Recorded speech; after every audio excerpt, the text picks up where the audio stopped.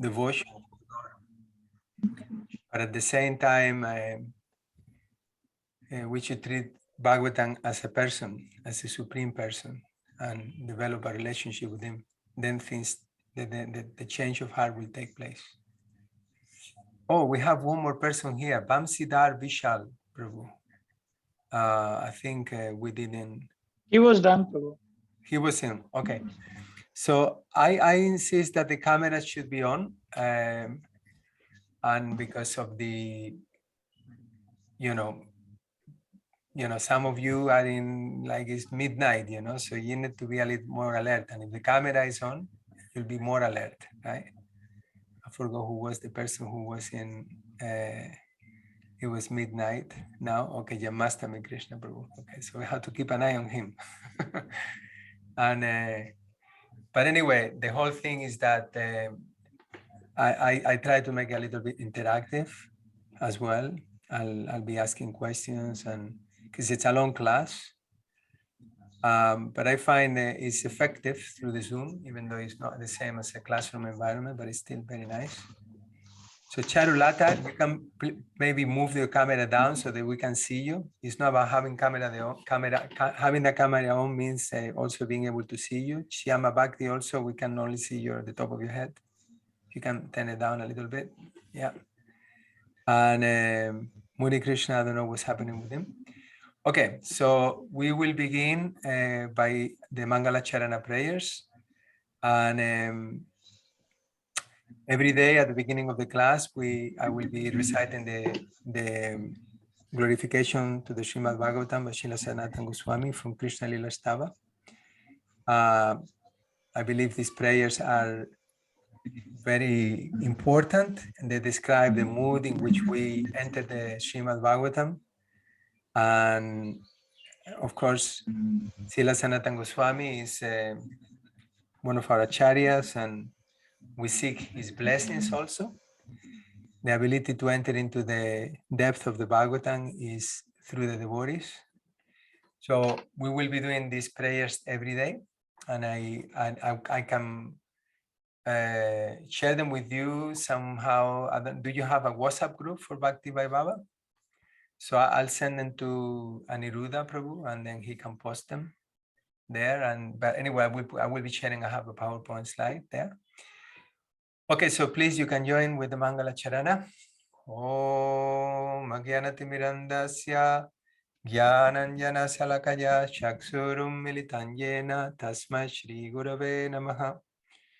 Sri Chaitanya Manobishtam Stapitanyena Bhutale Swayan Rupa Kadamahyam Dadati Swapadantikam Vandeham Sri Guru Siyuta Padakamalam Sri Gurum Vaishnavamscha Sri Rupam Sagrajatam Sahagana Raghunatam Vitam Tam Sajivam Sadvaitam Savadutam Parijana Sahitam Krishna Chaitanya Devam Shri Radha Krishna Padam Sahagana Lalita Shri Vishakam Vitamscha He Krishna Karuna Sindhu Dinabandhu Jagatpate Gopesha Gopika Kanta Radha Kanta Namastute Tapta Kanchana Gourangi Radhe Vrindavanishvare Prishabhanu Sute Devi Pranamami Hari Priye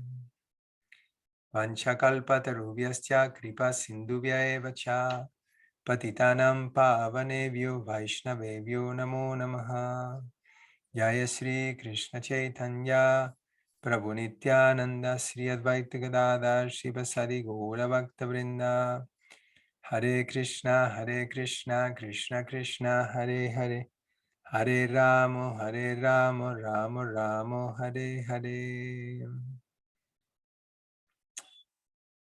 Okay. So here it is. Sarva Shastra Vipiyusha Sarva Vedaika Satpala Sarva Siddhanta Ratnarya Sarva Lokaika Drikprada. Okay, we'll read the translations, all the translations today. We won't be doing that every day, but I'll read it today. so that you become familiar with it. O nectar from the ocean of all scriptures, singular fruit of all the Vedas, rich mine of the precious gems of all conclusive truths, you are the only giver of light to all the worlds. Sarva Bhagavata Prana, Srimad-Bhagavata Prabhu, Kali Dvanto Dita Ditya, Shri Krishna Parivartita. All I fear of all the Supreme Lord's devotees. O Master, Srimad-Bhagavatam, you are the sun risen in the darkness of Kali. You are the exact image of Sri Krishna. Paramananda Pataya Prema Varshaksharayate Sarvada Sarva Sevyaya Shri Krishnaya Namastume. I bow down to you who are supremely blissful to read. Your every syllable pours down a flood of prema. You can always be served by everyone. You are Shri Krishna himself. Madeka Bhando Matsangin Madguru Man Mahadana Manishtaraka Madbhagya Madananda Namastute. My only friend, my constant companion, my spiritual master, my great wealth, my savior, my good fortune, my source of ecstasy, I bow down to you. Asadu sadhu tadayim ati nicho chatakara hanamuncha kadachimam premna rit kantayospura. O bestowed of saintliness to the unsaintly, O exalted of the most fallen, please always appear in my heart and in my voice with pure love. Hare Krishna, Krishna Krishna, Hare Hare, Hare Rama, Rama Rama, Hare Hare. Okay, so this unit is a very, very important unit because we are entering into the Srimad-Bhagavatam, and the beginning of the book in all the Vedic literatures, all the Vedic works.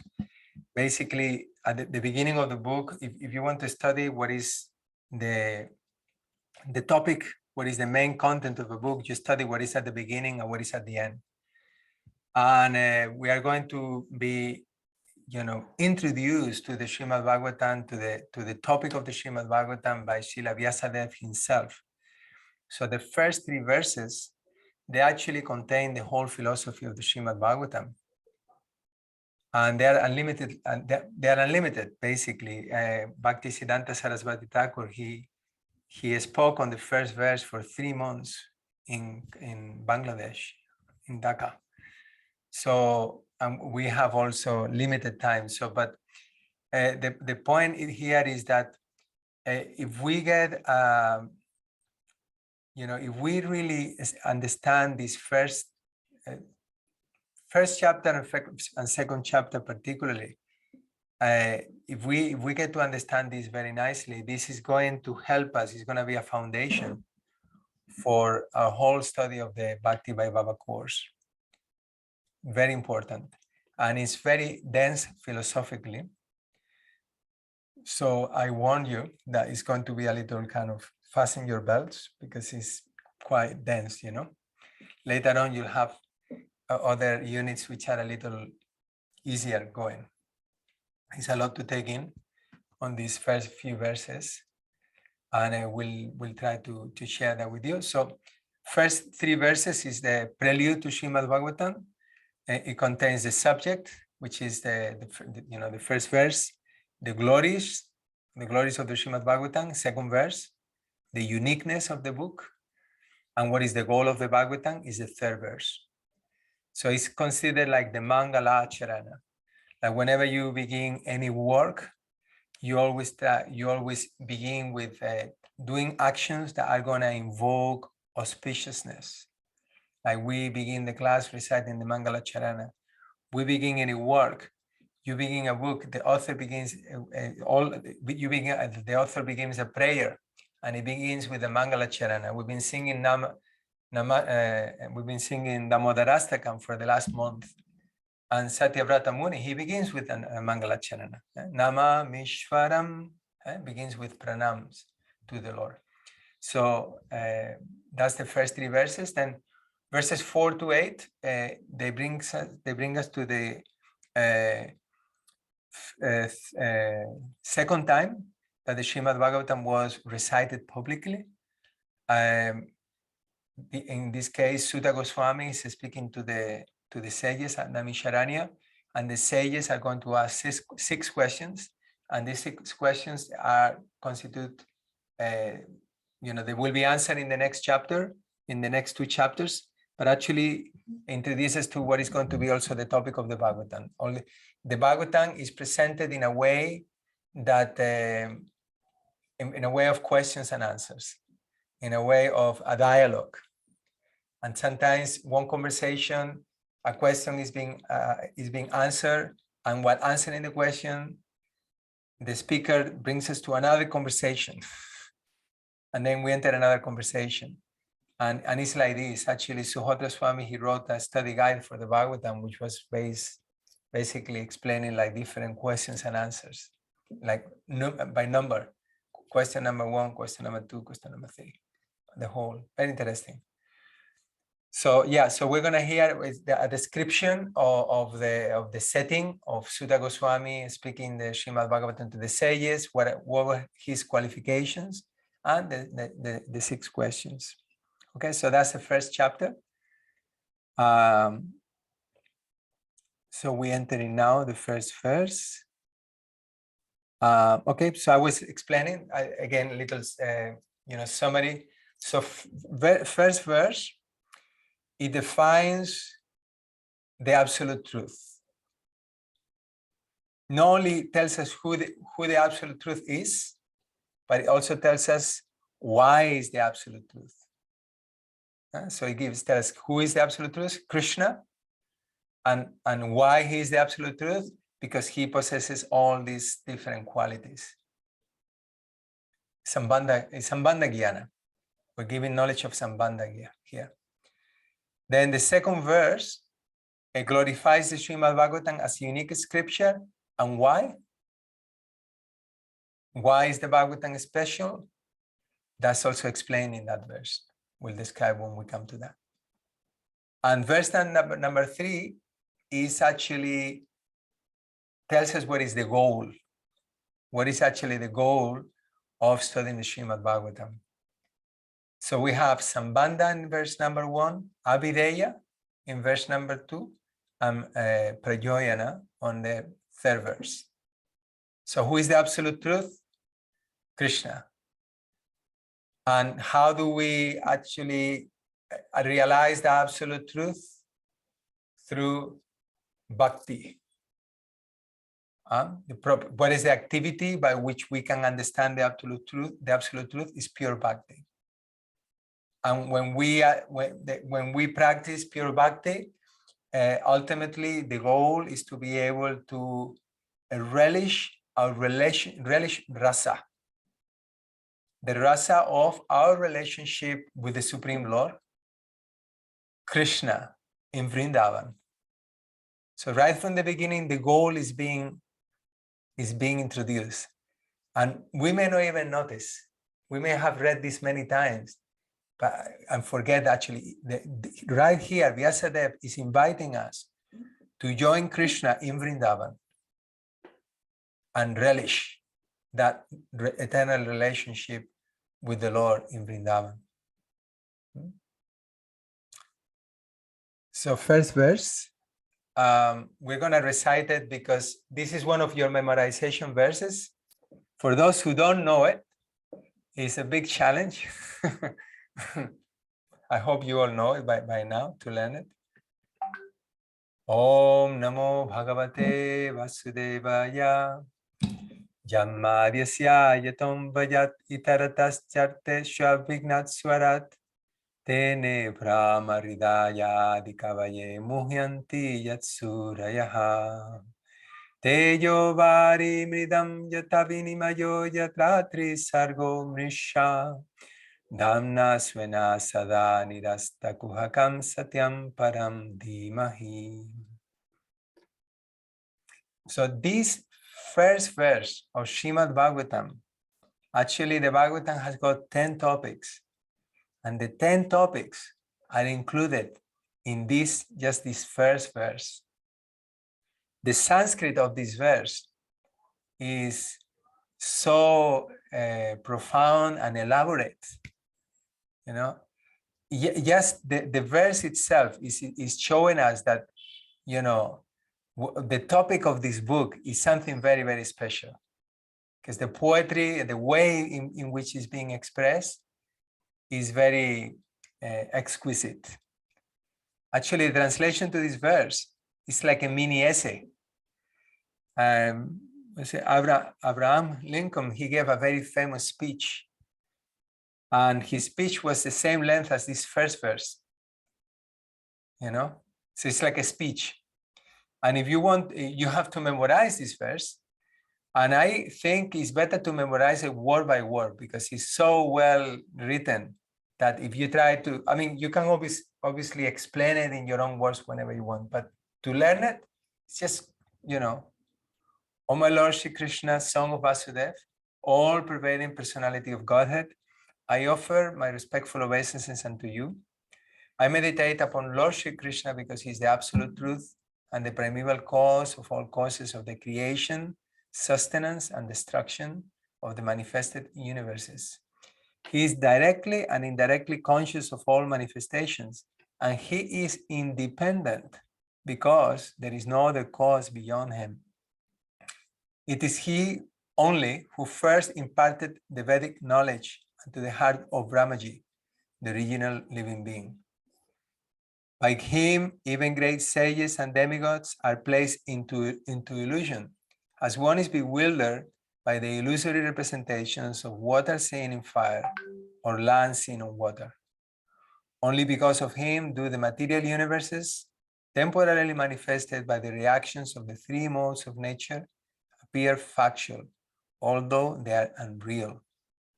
I therefore meditate upon him, Lord Shri Krishna, who is eternally existent in the transcendental abode,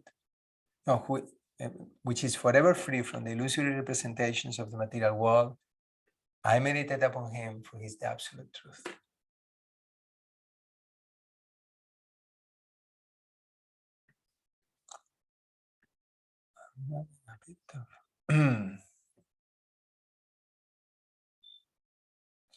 So I was telling you that you can, in order to understand what is the content of a book, what is the main topic of a book, you can see what is at the beginning and what you can see what is at the end. So right at the end of the Srimad-Bhagavatam, we find this verse. I meditate upon that pure and spotless supreme absolute truth, who is free from suffering and death, and who in the beginning personally revealed this incomparable torchlight of knowledge to Brahma. Brahma then spoke it to the sage Narada, who narrated it to Krishna Dvaipayana Vyas.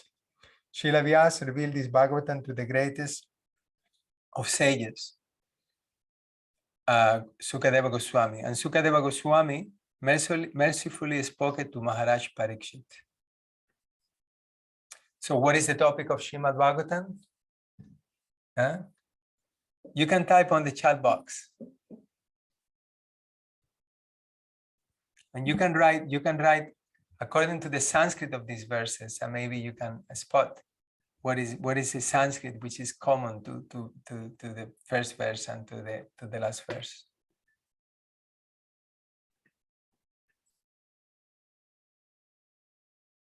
So what is the topic of Srimad Bhagavatam? Anyone typing? No one types so far. Krishna, okay. Krishna is the absolute truth, yeah. So Satyam Param Dhimahi. You see, Satyam Param. What is the absolute, ultimate absolute truth? Who is that?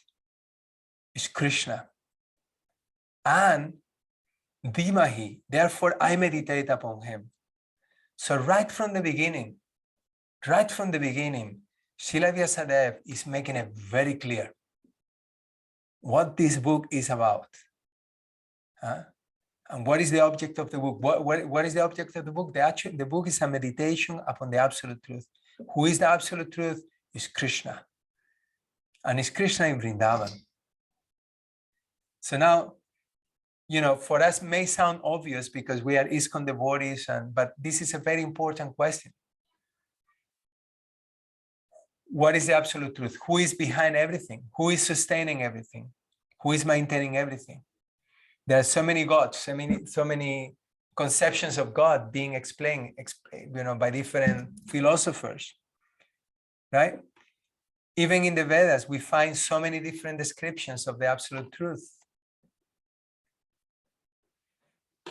But the Bhagavatam comes at the point of the maturity of Srila Vyasadeva, and Prabhupada refers to this in the purport that the history of the Srimad-Bhagavatam, and we will see that in the next unit. But the Bhagavatam came at the point that Srila Vyasadeva had already written, well, at least divided. He didn't compile the Vedas. He edited them. He divided them. He put them into writing.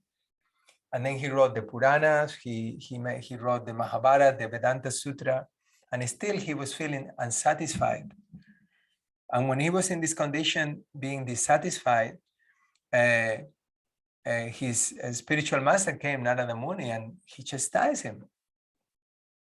And he says, while trying to describe the absolute truth, you have described so many different paths, so many different, processes, that the result is that people have become confused.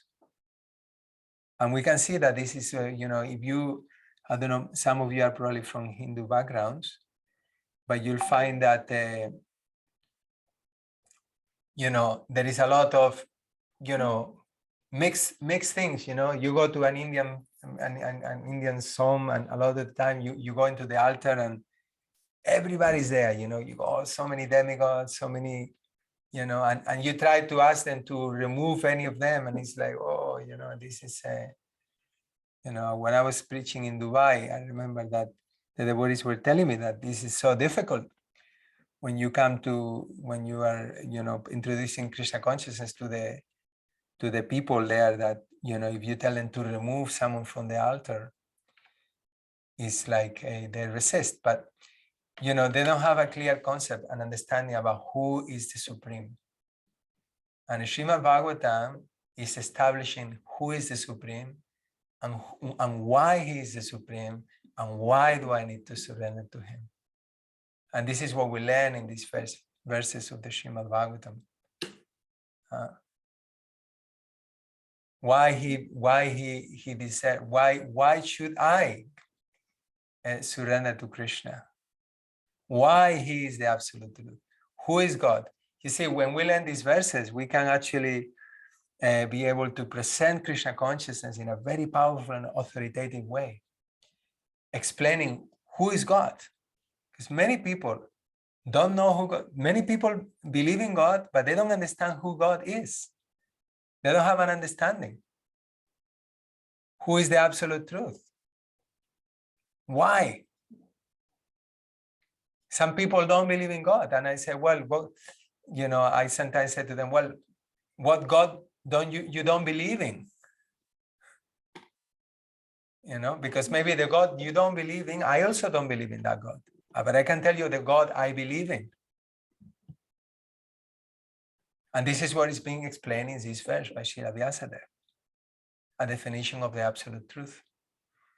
So as I was saying, the history of the Bhagavatam is that Vyasadeva wrote this after being chastised by Narada Muni. And he told him, now you go, sit down and meditate on the pastimes of the Lord and write a book, a literature which is exclusively focused on the absolute truth, without being, not as a sidelight, like focus, no ambiguity. So after doing this, and we'll see this in this chapter, in subsequent chapters, he sat down in meditation, and then the fruit of that meditation is the Srimad-Bhagavatam. And And he's being very bold now. He's beginning, and now he's beginning this work. And right from the beginning, what is he saying? The first thing, the opening of the book is Om Namo Bhagavate Vasudevaya, is directly offering obeisances to the absolute truth. And who is the absolute truth? Krishna, Vasudev, the son of Devaki and Vasudev. Okay? So Vyasadeva is explaining what is Krishna. First of all, let us understand what is Krishna. Then we enter into the other information of Krishna. And so our Krishna conscious movement is again all this rascaldom. Yeah, because as I said, there are so many, conceptions of God, particularly now with the internet, we can see that there is so many theories going on, floating around, But here, the Bhagavad, which is, our topmost Praman, established by Lord Chaitanya himself, he considers that the Srimad-Bhagavatam is the topmost authority. And the topmost authority is establishing that Krishna in Vrindavan, he is the topmost absolute truth. And I offer my respectful obeisances unto him. And it's very rare that someone, it is rare actually that someone just presents the truth in such kind of bold way, I don't know if you have seen this video of this recording of Prabhupada. He's in the courtyard of outside in the Los Angeles temple, and he's speaking with all these philosophers, and Dr. Judah is there, and he's saying, here is God, Krishna. Why don't you take him? And they are all like very thoughtful, And Prabhupada is preaching very bold there. He's not like, so, we are giving you the absolute truth. We're telling you it's Krishna. Why don't you accept it? So Vyasadeva is also presenting like this. Sometimes we cannot do that because the public, the audience is not ready for it. And if you tell them, it's almost have like a, they don't have a frame of reference to understand this. So what he's doing here, Vyasadeva, he's following the instruction of his guru. He's saying, right from the beginning, I'm going to make it clear. What is this book about? It's Krishna, the absolute truth. So we present, here is God, take his name, take his address also. That is also, it is so perfect. They are searching after God. We're giving the name, address, activity, everything, quality, all. Why don't you take it?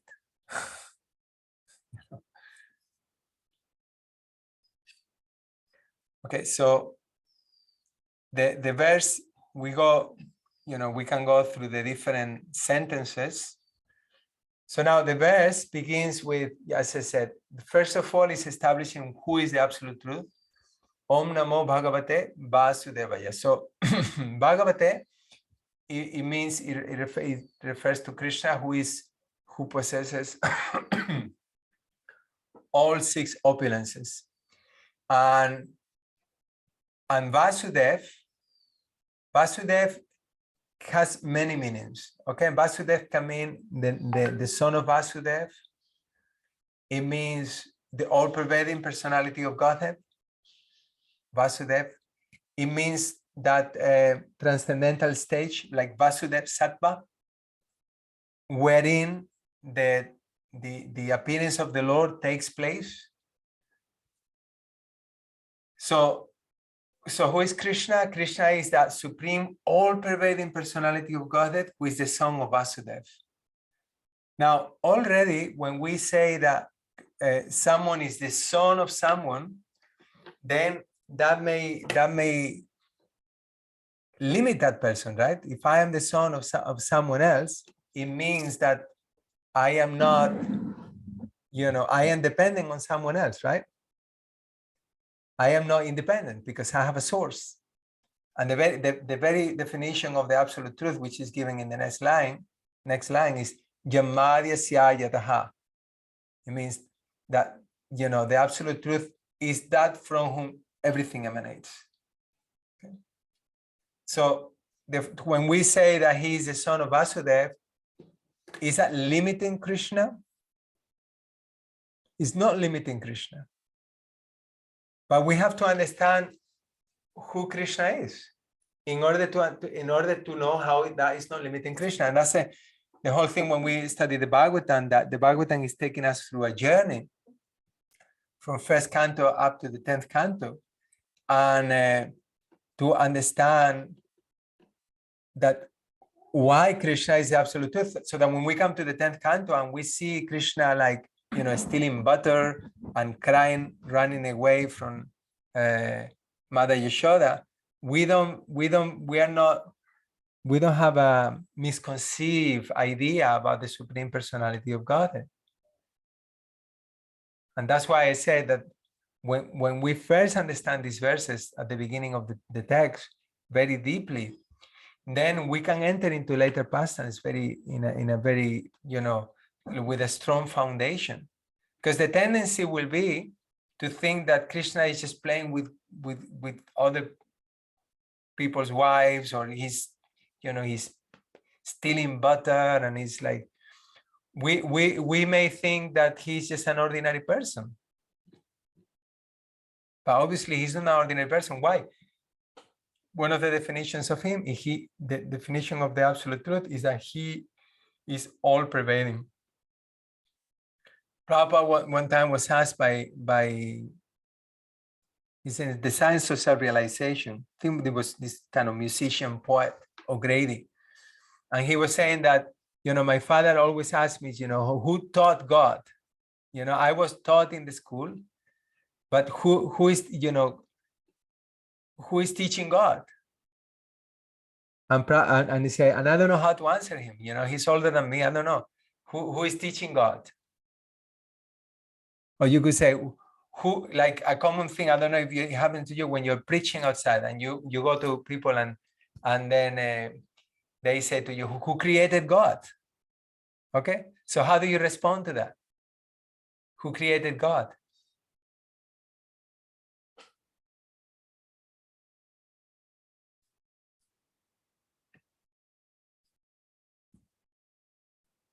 How would you respond? Anyone? You can raise your hand if you want to contribute.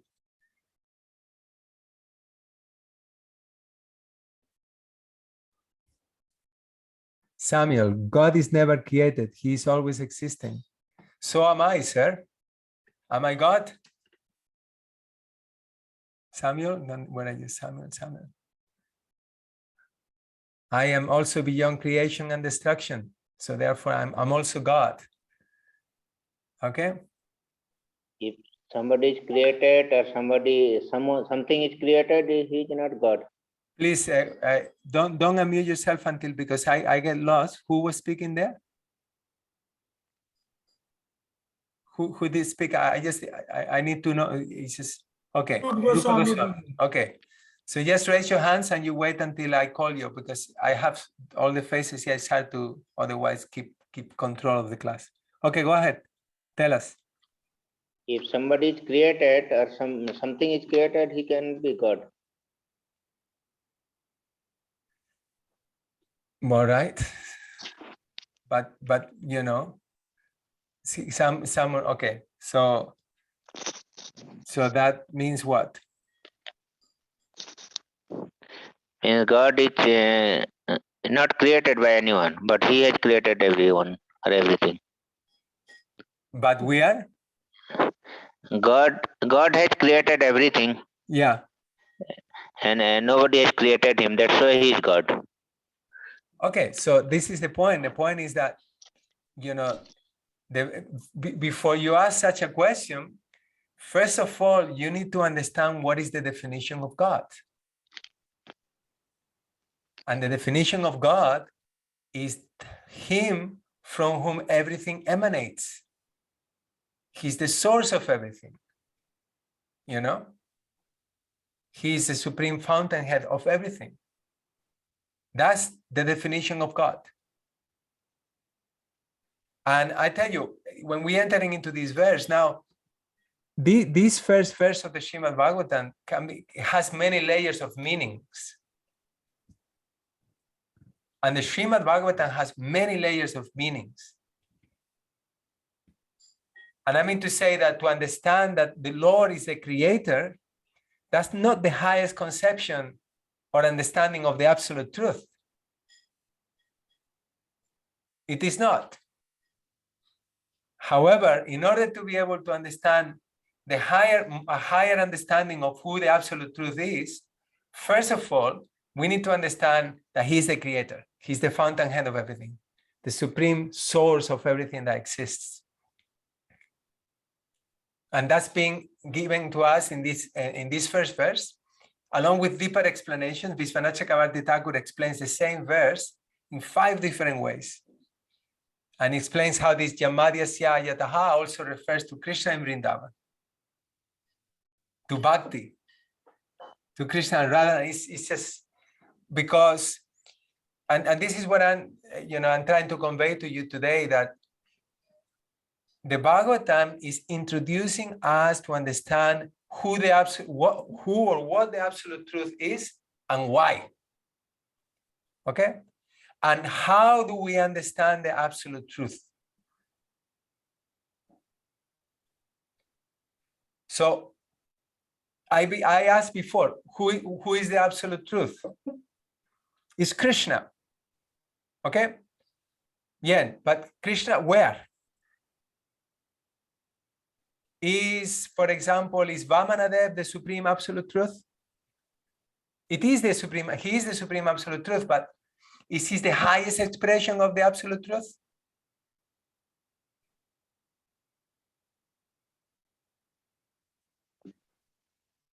Because the absolute truth reveals himself proportionally according to the heart of the worshipper or the yogi or the practitioner. We'll see that later on. Vadanti tat tat tat vidas, tat tat pavidas, tadva gyanam advayam. Brahmati paramatmati bhagavan iti shabdyate. That learned transcendentalists who know the absolute truth call this non-dual substance, Brahman, Paramatma, and Bhagavan. It's the same one absolute truth, but it's perceived differently. God, okay? But the conception, like Prabhupada said, the conception of God is kind of is not complete. We're talking about Satyam Param, the absolute truth. Okay, so the absolute truth, in his topmost manifestation, it will be described in the 10th canto. And that's Krishna playing with the gopis, playing with the gopas, herding the cows.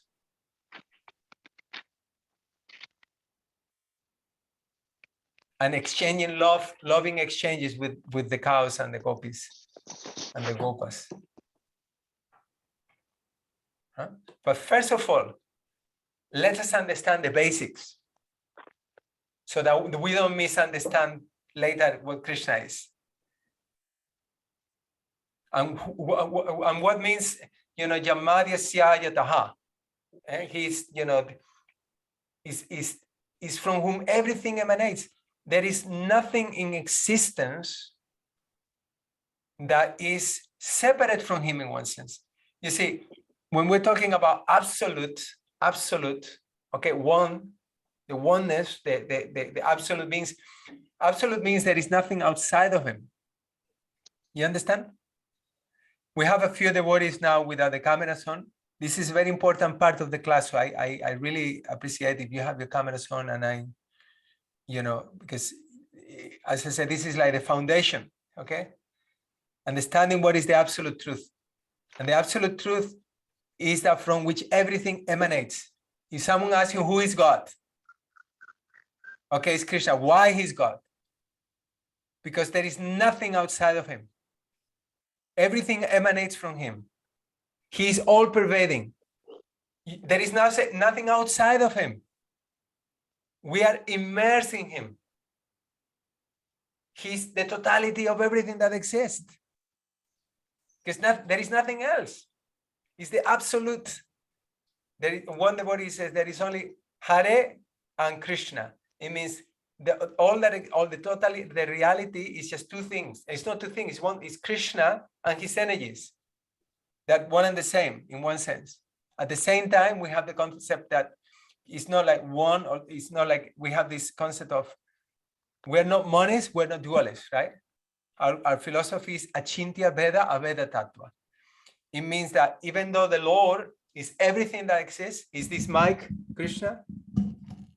Yes. This table is Krishna? Yes. I am also part of Krishna. We are immersed in Krishna. At the same time, everything is Krishna, but nothing is Krishna except his own primeval personality. He is everything that exists, but at the same time, he remains aloof. He remains separate. Clear? He's, everything. Like one report that he has Prabhupada, he said, is Krishna love? It's of, the universe, like we hear now so much about the universe and the energy and how, and Prabhupada said, yes, but he is also hate. He's everything. There is nothing outside of him. When we understand this, I'm kind of going slow, but because it's just like, this has so many implications. And the whole presentation of the Bhagavatam is to help us to understand this, but we have a proper understanding of reality, that there is nothing outside of Krishna. Everything. So we can actually see Krishna in every situation. Because he is, the source of creation, the source of maintenance, the source of destruction. So that concept, everything that exists is Krishna. There is nothing outside. That's absolute. Relative means that there is something which, relative means that is an absolute truth is independent and a relative truth is dependent on something else. Right? I'm gonna move ahead a little bit. But this concept is understood, right? He's Krishna and he's the all-prevailing personality of God, the absolute everything, the source of creation, maintenance, and destruction. For an atheist, to approach the Lord as the creator, that's like the biggest thing that an atheist can think of, of something tangible that you can perceive, God being the creator. But for a devotee, we know God as the creator. What does he do? He just glances at the material energy. It's not the most beautiful, complete of his pastimes. He's not engaging fully himself. He's not manifesting all his qualities to just create. And he just glances, right? But when he is interacting with his loving devotees, then he is manifesting more of himself, if that makes sense. Yeah? Clear so far? Okay. So I'm going to share again. Okay, so we are going to the next. So Yamadya, he's the source of creation, destruction.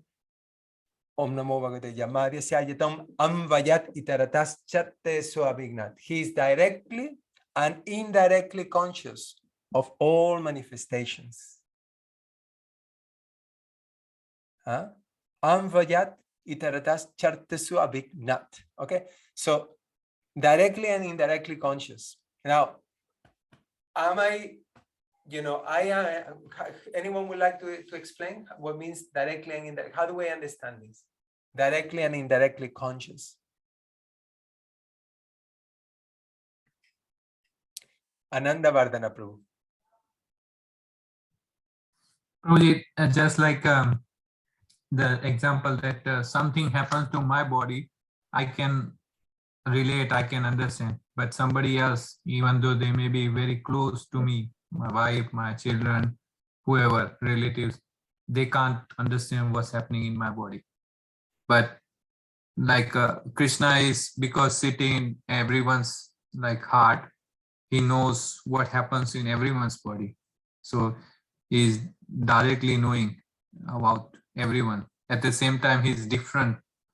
So this is something I can think of. Yeah, very good explanation. Thank you. Anybody would like to add something to that?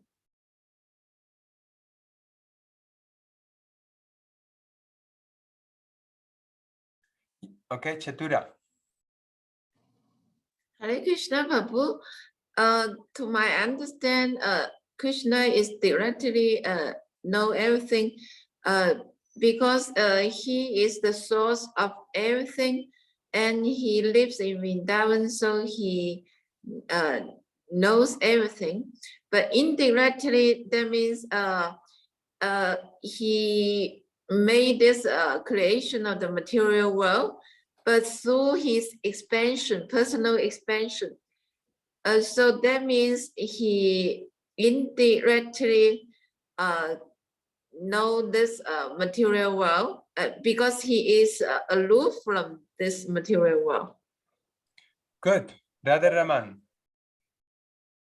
Yeah, Hare Krishna. So Anandavardhan Prabhu gave an example. So I just wanted to add its indirect version. For example, Brahma is creating the universe, the whole universe, but Krishna knows everything, but he's not personally doing it.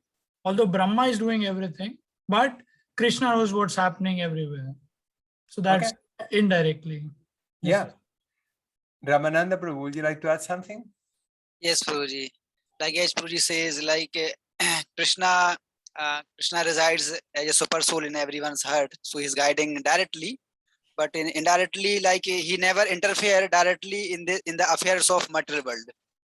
And then he comes down as a Lord Shiva, so he doesn't interfere directly. So that is indirect, both ways. Okay.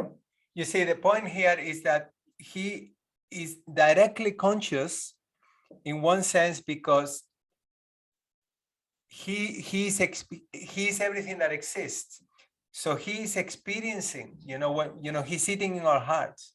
He can experience our pain. He can experience, he knows exactly how we feel because he can feel it himself because we are not separate from him. At the same time, indirectly, he can also observe it. He's the observer. And he's also the substance. Like we are in a material body, right? We are also experiencing something through the body, but he's the body also. It's kind of really like, that's the definition of the absolute truth. All-knowing. And Prabhupada explains in the purport that this is what makes Krishna different from any other living entity, that he is supremely conscious. He knows everything that is happening, past, present, and future. That's the Lord I worship. That's the Lord we're surrendering to. It's not, you see, and already this definition we're getting here by Vyasadeva, it kind of, is so complete, and it refutes many misconceptions that are going on in the world.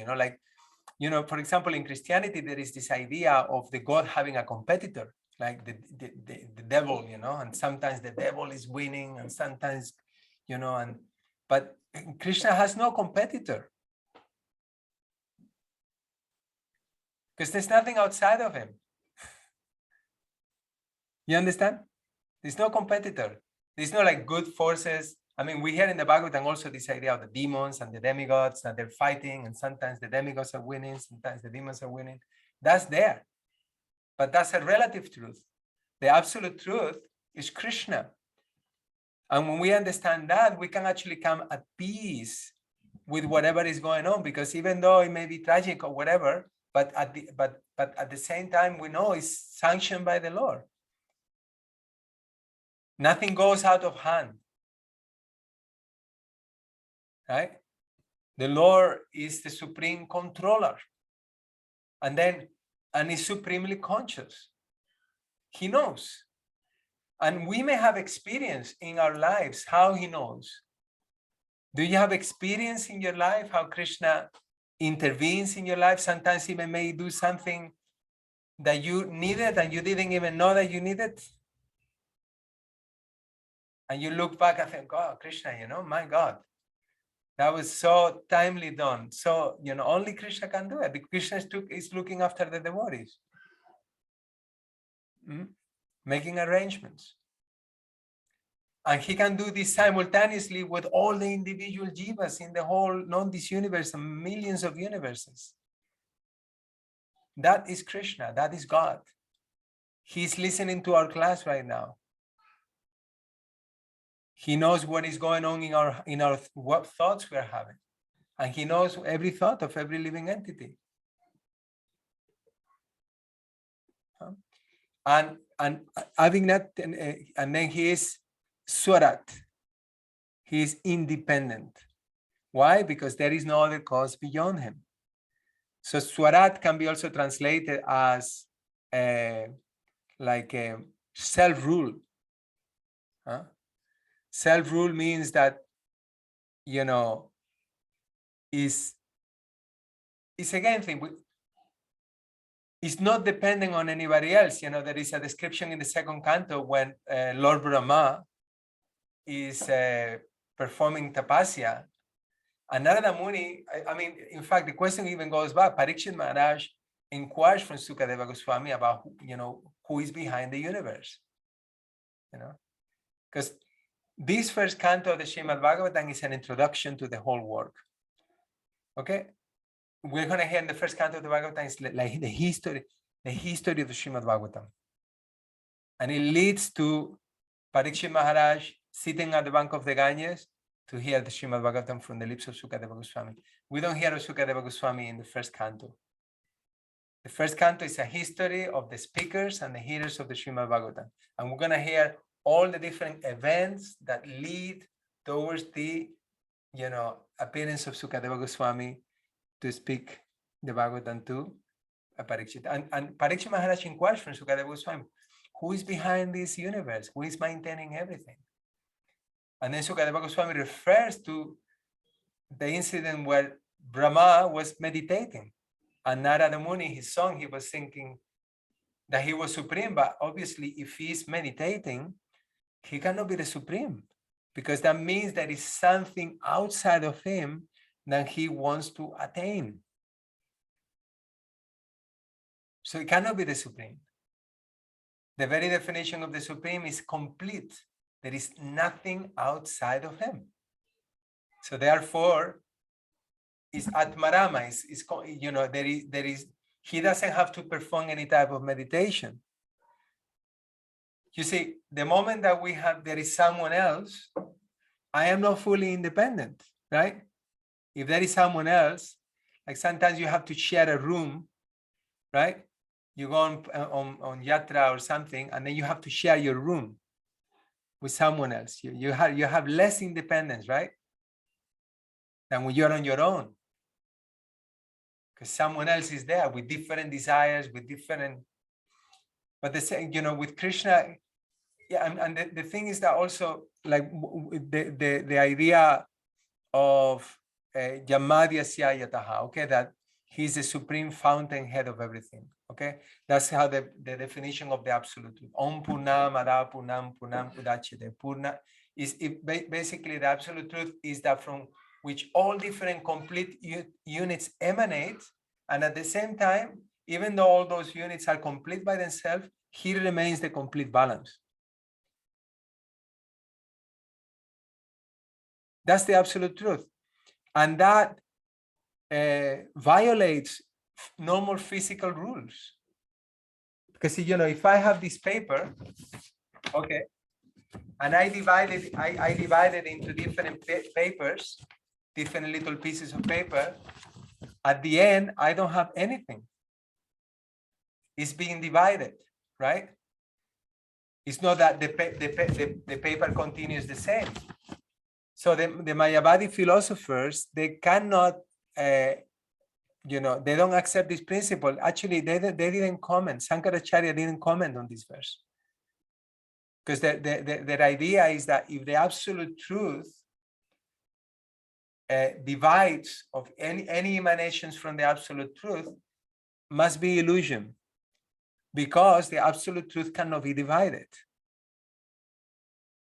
But when we're talking of Krishna being the absolute truth, he is beyond the rules. He's not depending on any rules. He can multiply himself millions of times and remain the complete balance. He's not affected. Swarat, self-rule. That's what it means, self-rule. He's not depending, and we are depending. How are we dependent? This is a very wonderful concept that could make us fall in love with God. He's the only one really independent. Are we independent? I remember years ago there was people in England, they were wearing these t-shirts. I am independent. It's such a foolish idea. We have some independence. That's a given. I accept that. Sure. Okay. We have some independence, but it's very limited, isn't it? How independent we are. Can you stop blinking your eyes? Can you stop aging? Can you stop, needing to go to the toilet? I can remember years ago, Hanumat Prashak Swami, he was saying that, they went to this big conference with big scientists, Nobel laureates, and all these kind of people. And the conference was about something like how to control nature. But it says at the middle of the conference, they all have to take a break to answer the call of nature. You cannot control nature, but Krishna can. That's the point about who Krishna is. He's the supreme controller. He's not dependent. He can do whatever he wants, when he wants, how he wants. Clear? So, and these two points, only Krishna has them. He's fully independent and he fully cognizant. The Lord knows everything.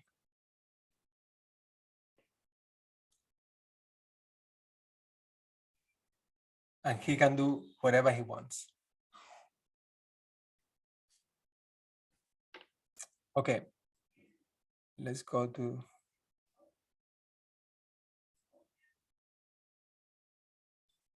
So, okay, so we have Swarat, completely independent. Now, Tene Brahma Hridaya Adikavaye. He's a, now one may when we're talking about the creator, or someone may think that, well, Brahma is the creator, maybe it's Brahma, the supreme. But now what is being explained here is that Tene Brahma Hridaya Adikavaye. Actually, Brahma here doesn't refer to Lord Brahma, it refers to Vedic knowledge.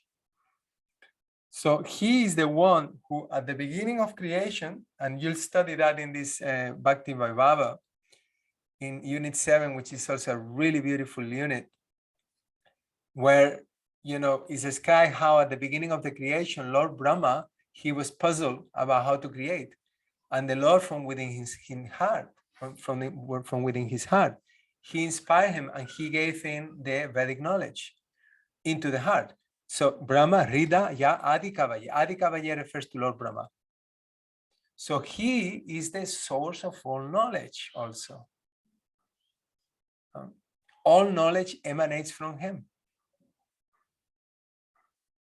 And he imparted this Vedic knowledge to Lord Brahma at the beginning of creation. Okay.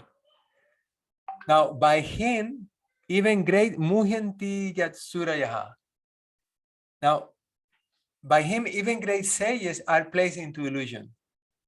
Okay, just as one is illusioned by, seeing by the illusory representations of the material world, seeing land in water, fire in water. So Muhyanti Yasira Teyo Barimidan Yata Vinimayo Tratra Trisargo Mrisha. He is the great magician by which everyone in this material world is put into illusion. Now, what is the illusion?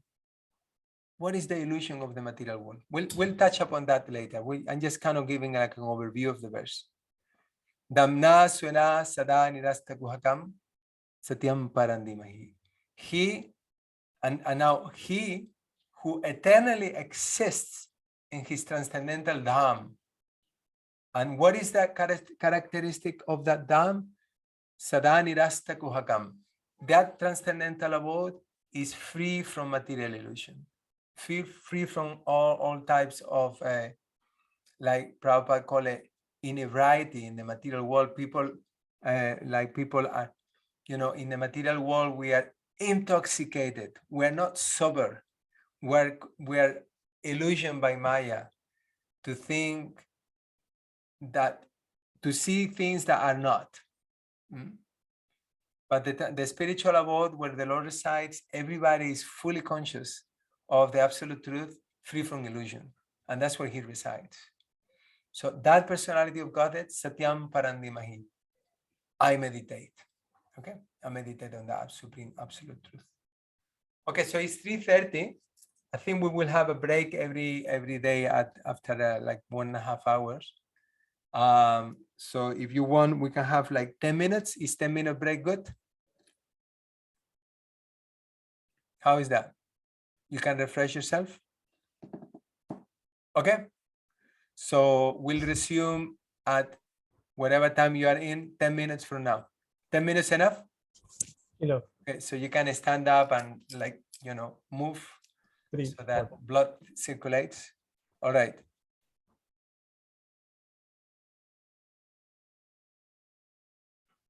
We're continuing with our discussion. So I would like to now reflect a little bit about what we have already seen.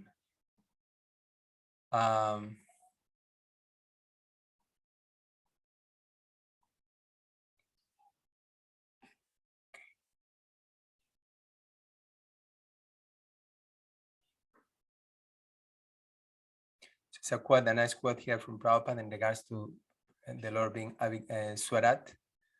Now, to get Avignat or experience, we have to consult somebody, right?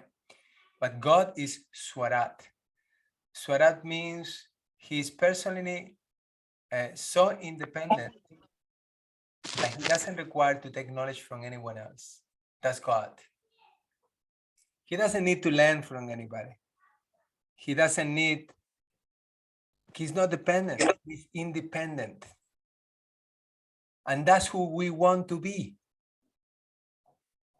But we can't. That's why I was laughing before about I am independent. We have minute independence, but we cannot be God. We cannot play to be God. We are not the controllers. We are not the enjoyers. That's his position. And what is being explained in these initial verses of the Bhagavatam, this Sambandha Jnana, is to help us understand, what is the difference between, the Lord, Ishvara, Jiva, us, and Prakriti. The material energy, you could say his energies. We have Mahamaya, we have Yoga Maya. What is the relationship between the three? So first of all, it's very important that we understand who is Ishvara. And then we can establish a proper relationship with him and understanding what is my position. And my position is I am not the controller. But how many times during the day we are moaning in our minds because things are not going according to our desires? Did it happen to you today? Okay, so let us wake up. We are not the controllers. It is expected. It is expected. It's not meant to, things are not meant to go our way. But we're still like, oh, this should have happened like this, that should have happened like that. But actually, Vyasadeva himself, in the beginning, what is he doing? He's offering his respects to the absolute truth. And that's what we're supposed to do. Every time that something happens, Krishna, Hare Krishna, we offer our respects to the Lord and remind ourselves we're actually, what is actually my purpose, my ultimate purpose and my ultimate goal, which is to reestablish a relationship with him. Because anything else in the material world, it leaves us with that feeling of things didn't work out.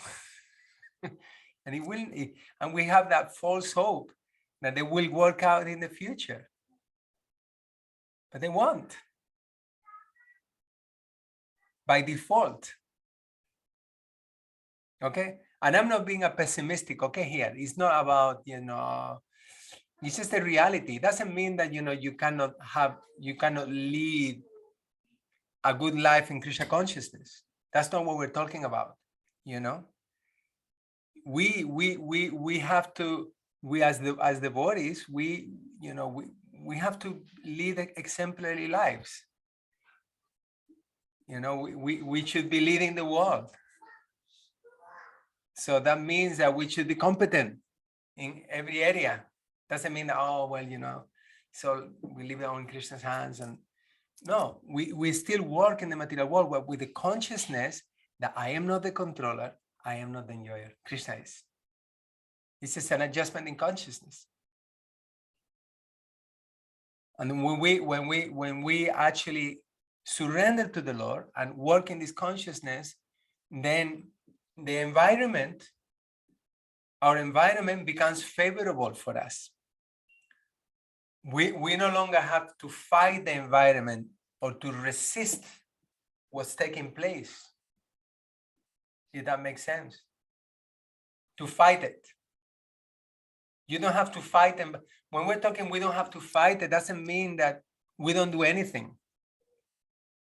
Yeah, we do more than anybody else. We're more proactive. We should be more proactive than anybody else. But, anybody else, the karmis, the gyanis, we should have more motivation, more impetus to work hard for Krishna than anybody else because we want to please Krishna. But my point is that we don't fight the circumstances. We see how those circumstances are favorable for my execution of Krishna consciousness. Is it making sense?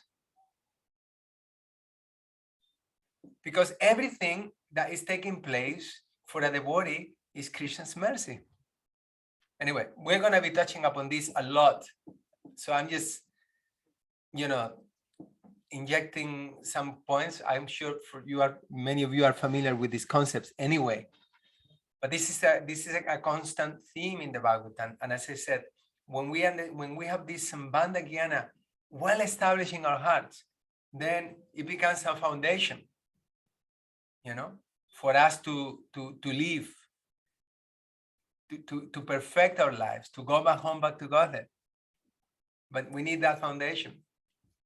So that when problems come, we can actually respond to those problems in Krishna consciousness.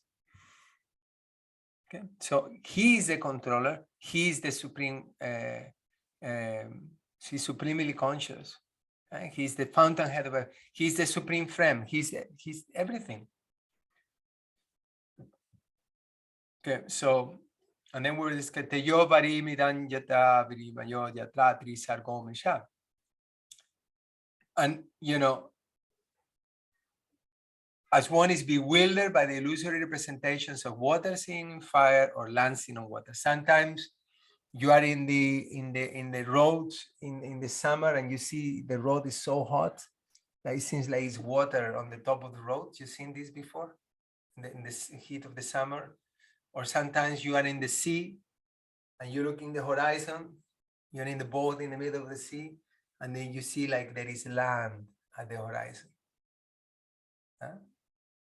I've seen it personally. I've been, many times. But it's illusion.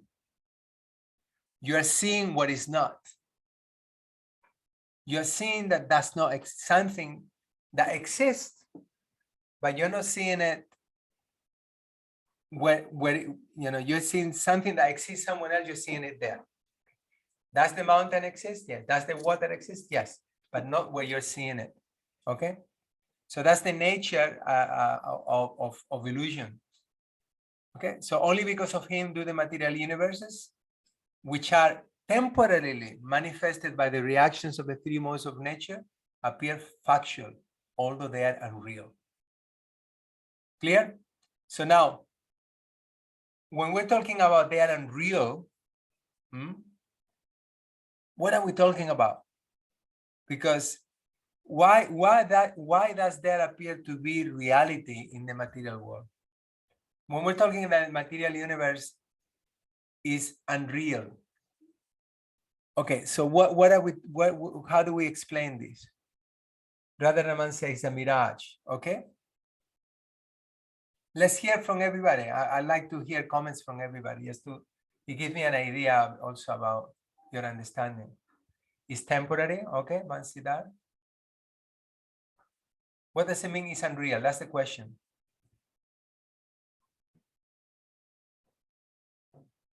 Okay, Samuel, raise your hand. Just give me a second. Let's hear a few more from my people. There is no essence juice.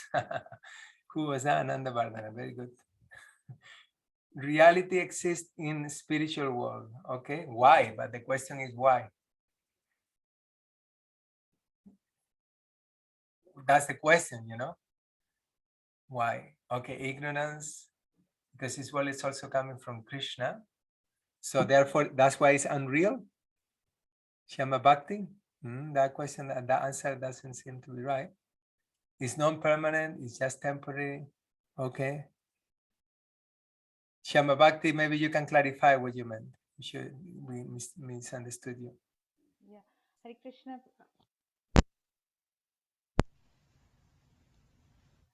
Can you hear me, Prabhu? Yeah. Okay, I thought the question is that why, even though this is a temporary word, but why it looks real? Okay. So I understood it in that way, and I thought that even though this word is seems illusory, but this is temporary, but it is not unreal. It's real, but it's temporary because it is coming from Krishna. Okay. Yet the verse, as we read it, it says they're unreal. Okay. Okay. I think I misunderstood it. Yeah. No. What you're saying is actually you're in the right track. Okay. These are maybe semantics also. You're in the what you're explaining is actually correct, but yet we're saying it's unreal. Okay. So that's why I want to make sure that it is clearly explained. Okay, and understood. Okay, Samuel. Well, like in Bhagavad Gita, this world is reflection from the original world. The example is the reverse banyan tree in chapter 15. Very good. There is a tree which is not upside down. There is a tree. Okay, the reason why there is a reflection is because there is an object which is reflected. Okay, very good. Lila Manohar, the material world is like a shadow of the spiritual world, no permanent. Okay, because material world is I guess it's a perverted reflection. That's what you meant to say, Ramananda. Okay, Samuel, would you like to say something? You had your hand up, or that was it? No, that was it. I thought we would answer by speaking, but okay. So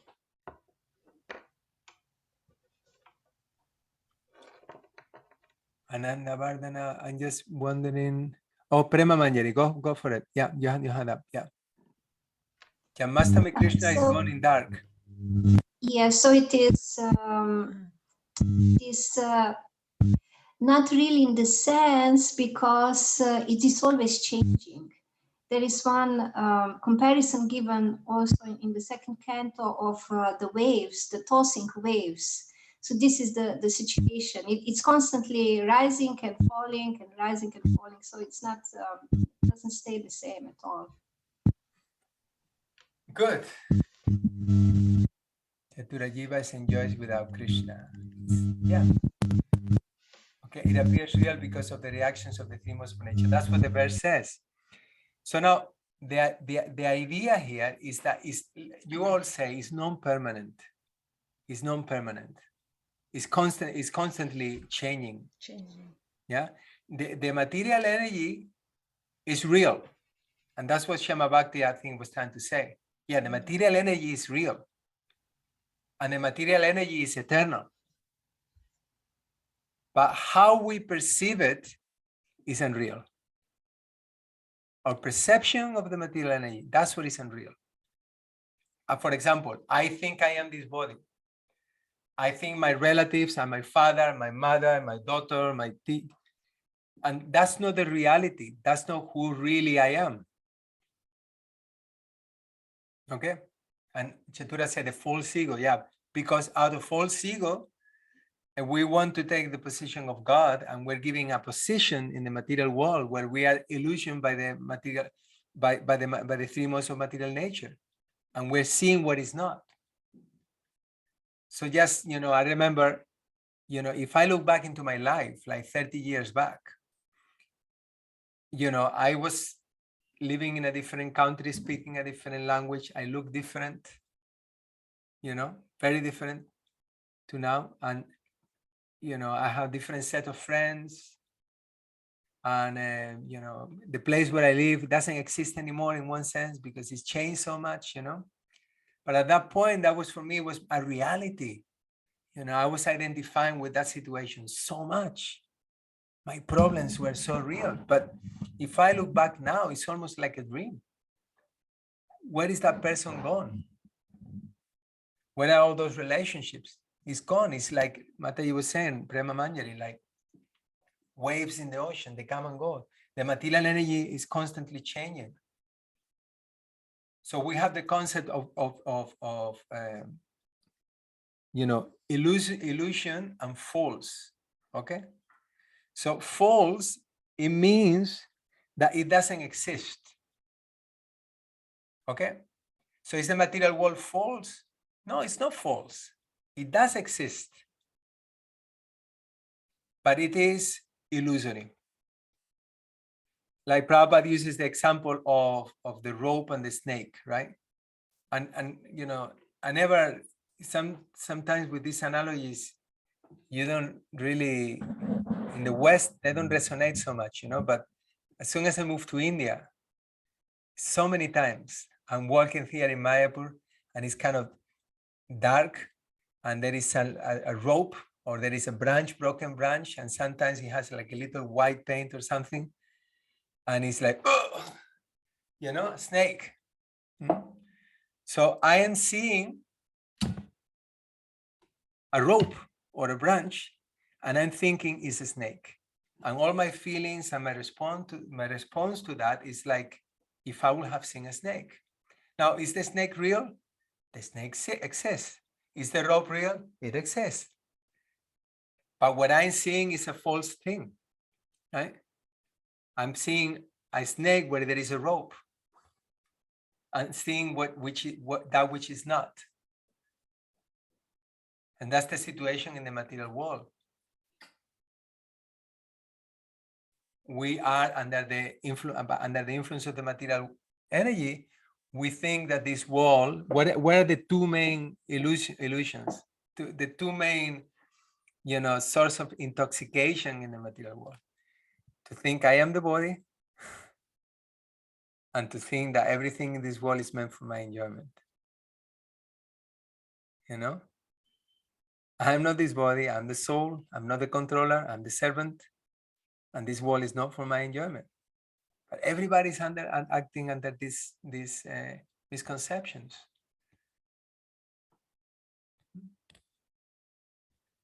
So why does there appear to be reality in the material world?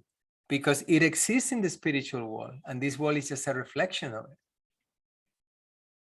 But we understand the difference between illusion, we're talking about unreal. Is that clear now? And we're talking about absolute relative truth. It's like, for example, okay, I think I may have it on the slides actually. Just give me a second. Can you see my slides now? No, you can. Let me just share 1 second.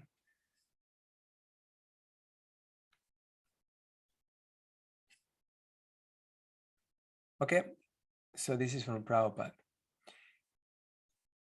Maybe someone would like to read, anyone? Radharaman Prabhu. Absolute and relative truths. Srila Vyasadeva says herein that the manifested internal potency is real, whereas the external manifested energy in the form of material existence is only temporary and illusory. Like the mirage in the desert. In the desert mirage, there is no actual water. There's only the appearance of water. Real water is somewhere else. The manifested cosmic creation appears as reality, but reality of which this is but a shadow, is in the spiritual world. Absolute truth in the spiritual sky, not the material sky. In the material sky, everything is relative truth. That is to say, one truth depends on something else. Clear? Okay, go ahead, last one. In actuality, there's no reality in the manifested world. There appears to be reality. However, because of the true reality which exists in the spiritual world.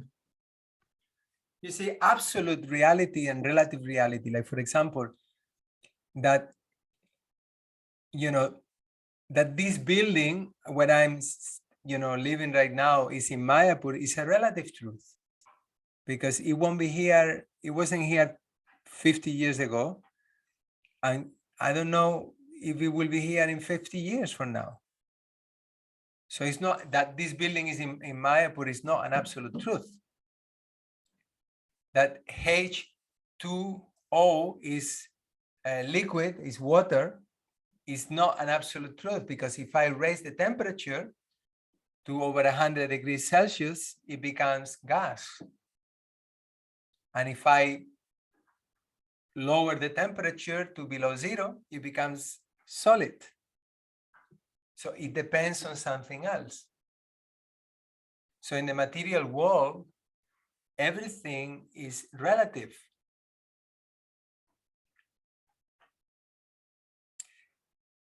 And the illusion, the interesting thing, I mean, Chatura mentioned that, because of the false ego. And it is a fact that we perceive the world through the filter, through the lens of our own false ego. How many people we're 22 people in the class, right? So we are 22 people living in different universes.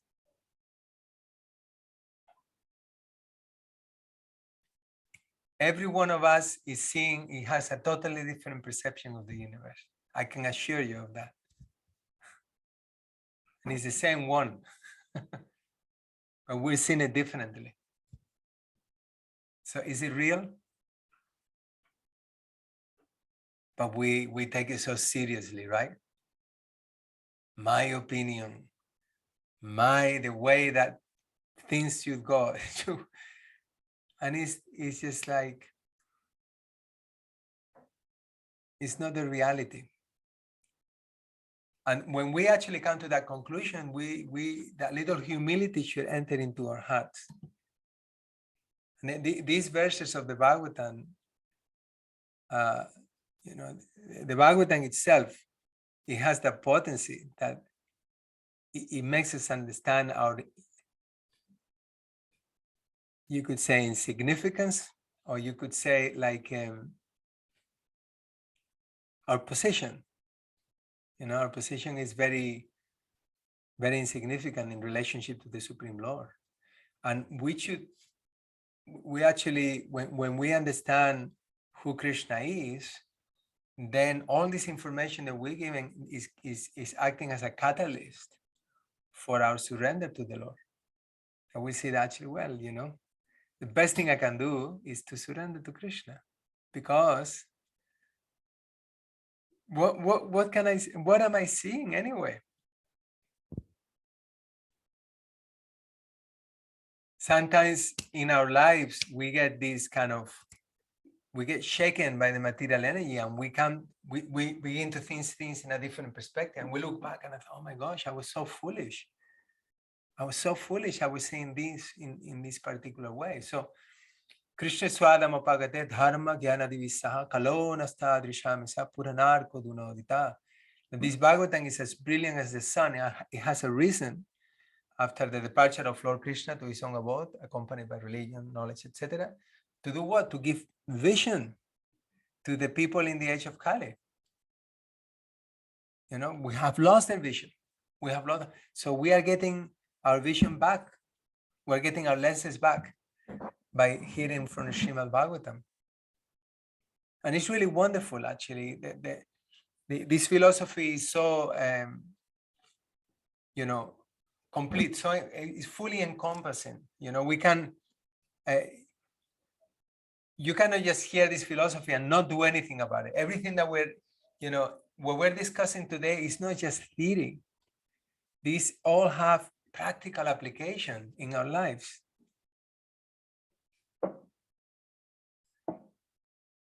Okay, let's see. Now, this is an interesting quote from the purpose. Someone else would like to read? Hare Krishna Prabhu. May Go I read? ahead. Yeah, I am Murli Govindas Prabhu. Go ahead. The material sex life is but a perverted reflection of the original fact. The original fact is in the absolute truth, and thus the absolute truth cannot be impersonal. It is not possible to be impersonal and contain pure sex life.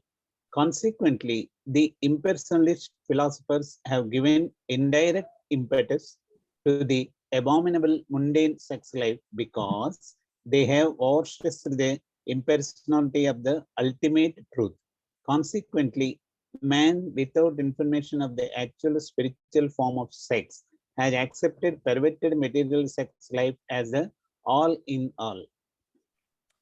Srimad-Bhagavatam, first canto, first chapter, first verse, purport.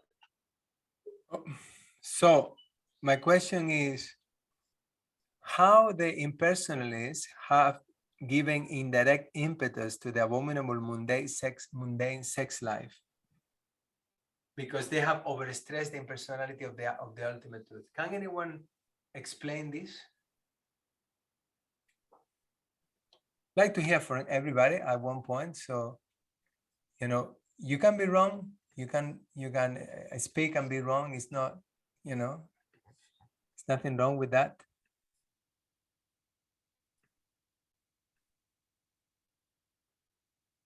Okay, someone who has not spoken yet. Muni Krishna Prabhu, we didn't even hear you at the introduction. Would you like to explain what that means?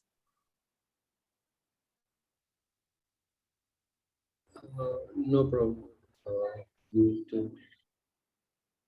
Okay, that's okay. That's fine. Anyone else? This devotee who is in midnight, in the middle of the night, he can wake up like this. What was his name again? Where is he? He's still with us? Okay. Where is he? Where is he? He fell asleep? I don't know where he is. Rali, Priyatan, where is he? We lost him. No, he's there. His name is Janmashtami Krishnadas. Okay, Janmashtami Krishnadas. His Can you video tell is us? not on. Can you tell us? I think we lost him. His video is not on. Mike also. Okay. Sri Narayan Das. Because this is the reason why you have to have the camera on, because you have to be in the class. You know? You gotta be in the class. Prabhu, sorry. Yes, Prabhu. Sorry, Prabhu. Actually, like the network is little not very good, so that is why I had to change to phone. And, Okay, because so of those devotees who have poor network, this is the course is gonna last for quite a long time.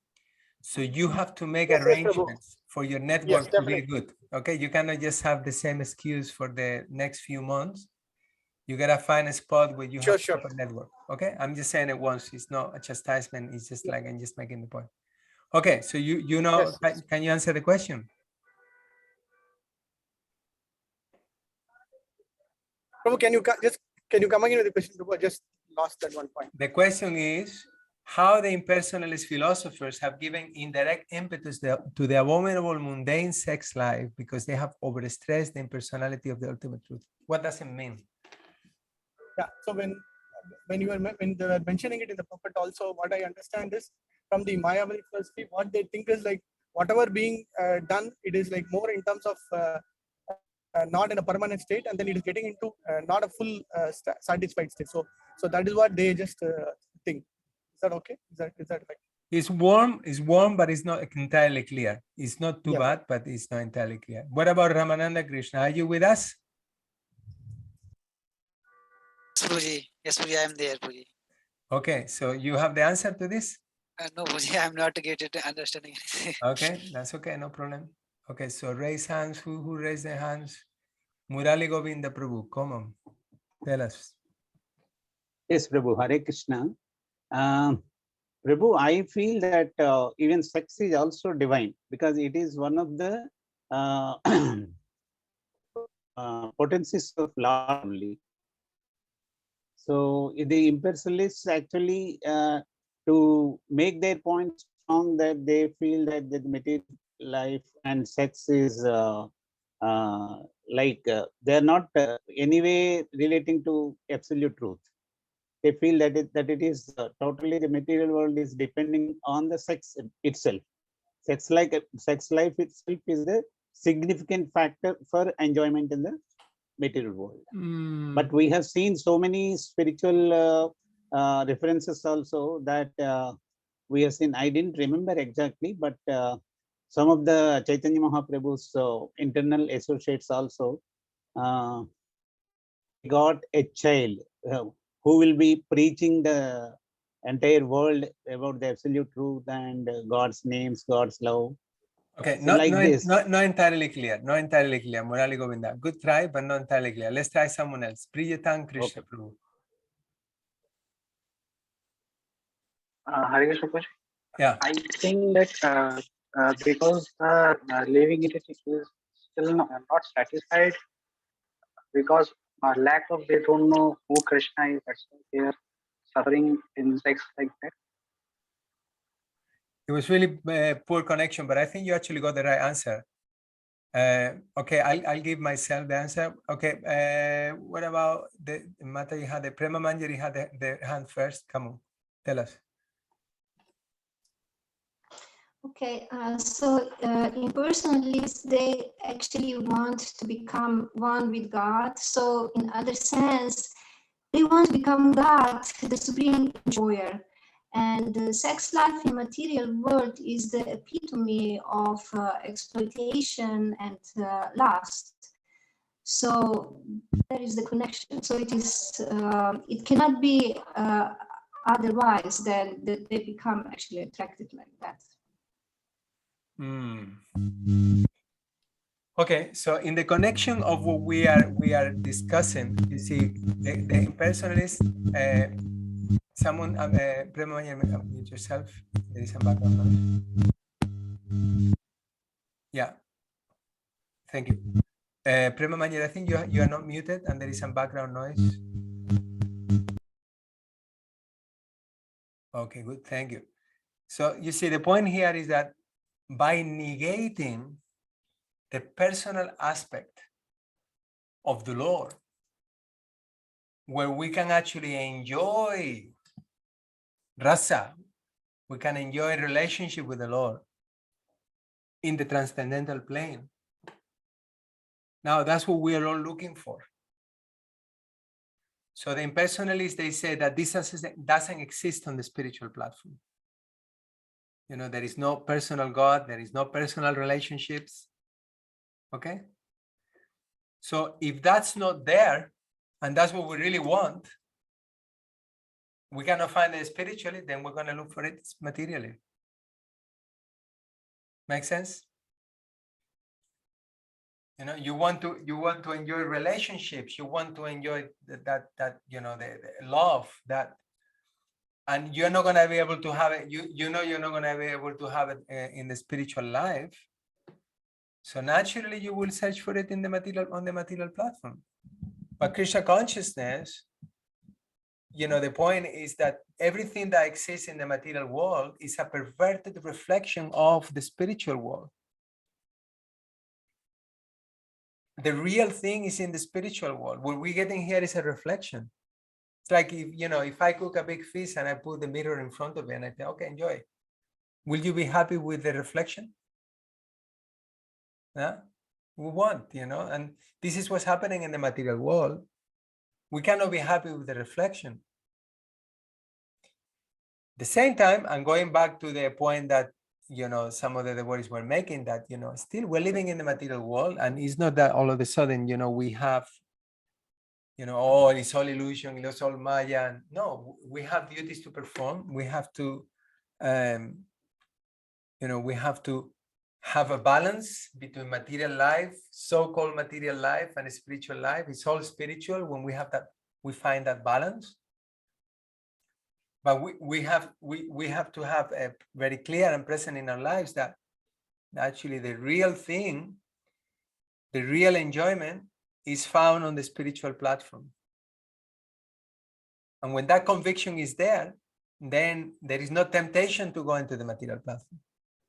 Like Bhaktisiddhanta Saraswati Thakur, he says that one of the greatest steps that one can take in spiritual life, when we understand that no material situation can make me happy.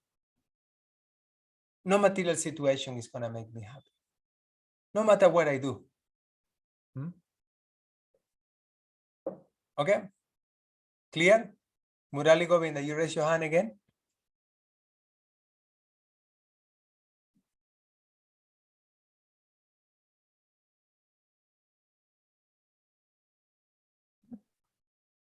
So, sorry, Prabhuji, they can unmute themselves now. I had disabled before. Okay. Okay.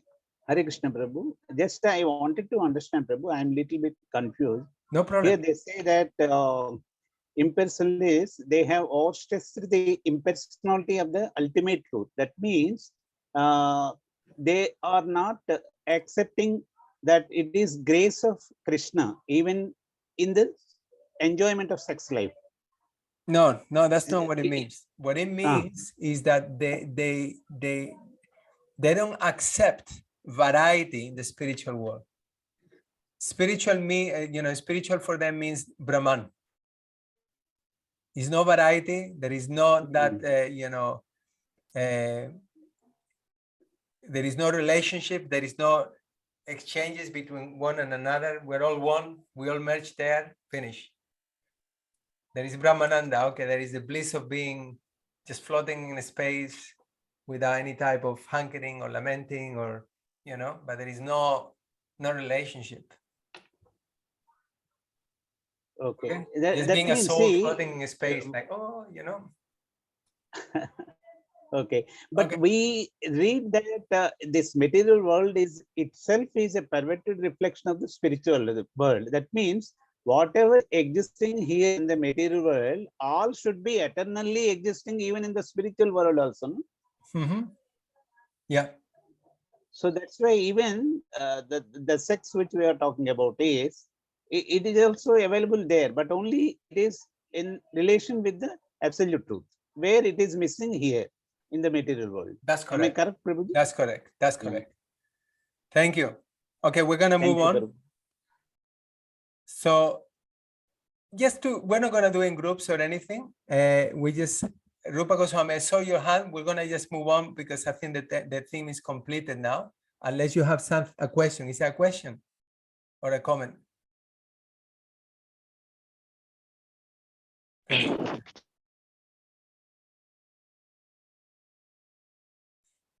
Okay, so imagine that you are in an interfaith meeting, okay, and you are requested to present a definition of God according to what we have just studied. Okay?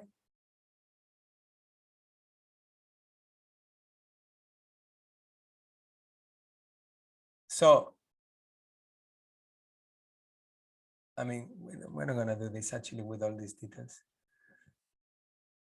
So you could refer with Sanskrit. Okay, let's do it. Sanskrit, analogies, supportive verses from Bhagavad Gita. Okay. How Krishna, what is the absolute truth? And then we have a few sentences here. Okay. So Om Namo Bhagavate Vasudevaya Yamadyasya Yataha Amvayat Itaratas Tertesyo Avignat Tene Brahma Ridayadi Kavayante Muhente Yatsureha. So we don't have much time. Let me see if we can just divide, split you up into break. Okay, so just keep a track of what is there. Okay, so I'm gonna create four rooms, and you're gonna be assigned each room. So whichever room you're in, you're gonna take one of these sentences. Okay, and you gotta do the exercise. Clear? And I'm gonna give you like 6 minutes. So it doesn't have to be like a long thing, but you explain the absolute truth according to these terms in the first verse. Is that clear for everybody?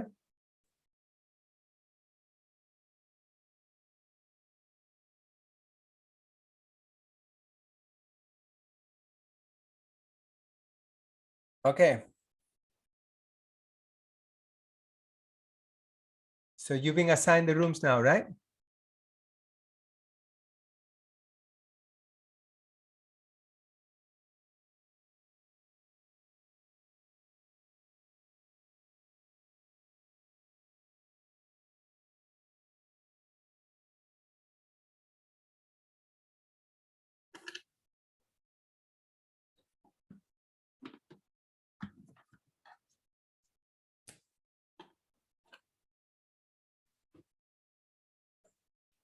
So I'm in your group, but I'm not participating. Okay. So you.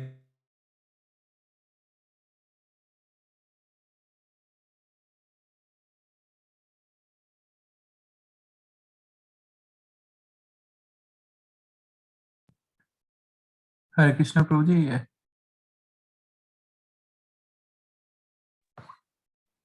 As a host, I consider it's not putting me in any group. You are in a group. I can see you. You're here with Ramananda Krishna, Shamananda Gaur. No?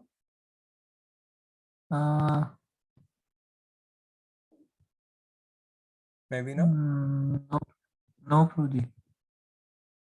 So it's a few more Ramananda.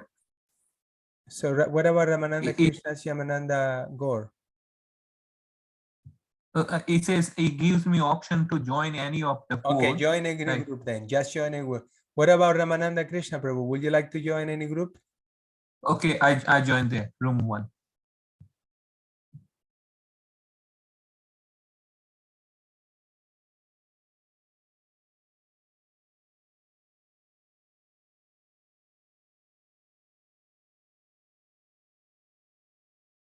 Ramananda Krishna Prabhu, would you like to join? You haven't joined the group yet.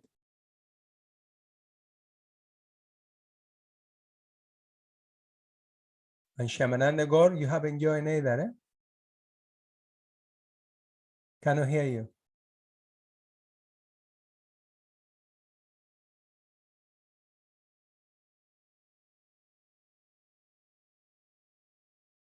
And sorry, this was Abhigya. How is direct? He is conscious, omniscient. How is omniscient?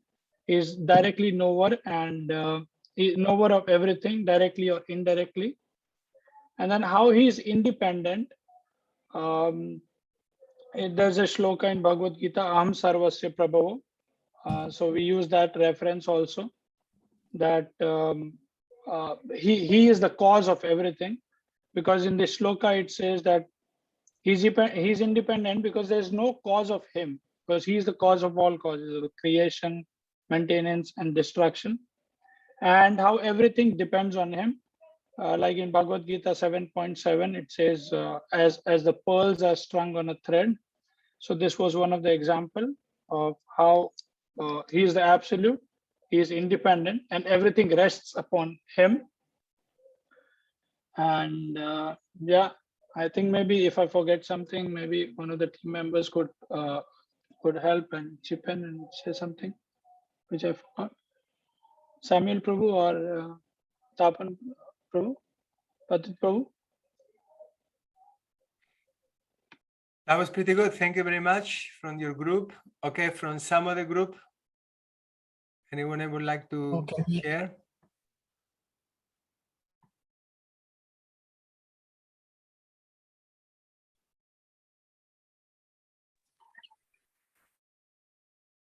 Anyone? Hare Krishna Prabhu, can we? If you raise your hands first, it's easier for me to spot you rather than just speaking without raising your hand. Because I get a signal here saying someone raised their hand. So, okay. So that's Charulata, okay? Okay, so Prabhu, your line was Brahma Hriday Adi Kave. Okay. Yes, so we were discussing that Krishna gave the knowledge. He is the supreme creator, the primary creator, and he gave the knowledge to be able to create other universes to Brahma. And thus Brahma was able to do that. So Krishna still remains the supreme creator, and thus, as per the line, and he gave the knowledge to Brahma. And one of our team members also gave a very good reference, 10.8, Matas, this one, that he's the one who controls everything from Bhagavad Gita. And also from 15.15, Mata Smriti Gyan Apmohanam Cha, Sarvasya Chaham Hriday Sanivishto. So from Krishna, everything is coming. And he's the one who is giving it passing it on to Brahma, so that Brahma becomes the secondary creator. This is what we understood. Hare Krishna. Nice. Okay. Shri Narayan Prabhu. Hare Krishna Prabhu. For our group, we had the Janmadasya. So where wonderfully our group members brought in from first from again, as everybody mentioned, from Bhagavad Gita about Aham Sarvasya Prabhu, and then the three main points from creation, sustenance, and destruction, like compare for the creation from Brahma, Vishnu, and Shivan, and also touched upon little bit on the Garbhodaksha Vishnu, Karadaksha Vishnu, and Shiradaksha Vishnu also, and also from Isha Upanishad, the very first sloka where we have the Purnamadam, Purnamidam. So that sloka also. So these three references, and also Aham Sarvasya Prabhu from Bhagavad Gita. So we were able to bring that references. Okay. Now the aspect of being an interfaith group also, none of you kind of refer to that, but when you are doing it in an interfaith, meeting, you may have to do it in a way that is easily understood and accepted. You're going more for the principles, than the deed establishing the principle. You know what I'm saying? Like Jamadya Syayataha, it means that he is the supreme source of everything. Okay. Tenebra Maridaya, he is the supreme source of knowledge. You can present it in a way which does not appear sectarian. You know what I'm trying to say? Because it's an interfaith meeting. It doesn't mean that we lose our identity and we like water down things. No, that's not what it means. But what it means is that when you are actually going to have like a, you're going to try to establish a principle to people who may not be familiar with our philosophy. You have to establish the principle by itself, so it's clear. And you'll find that a lot of the time the principles are universal. And when you present it nicely, I say, well, that's actually the same thing I believe. So we are actually both believing the same thing. Are you following or not? Anyone not following?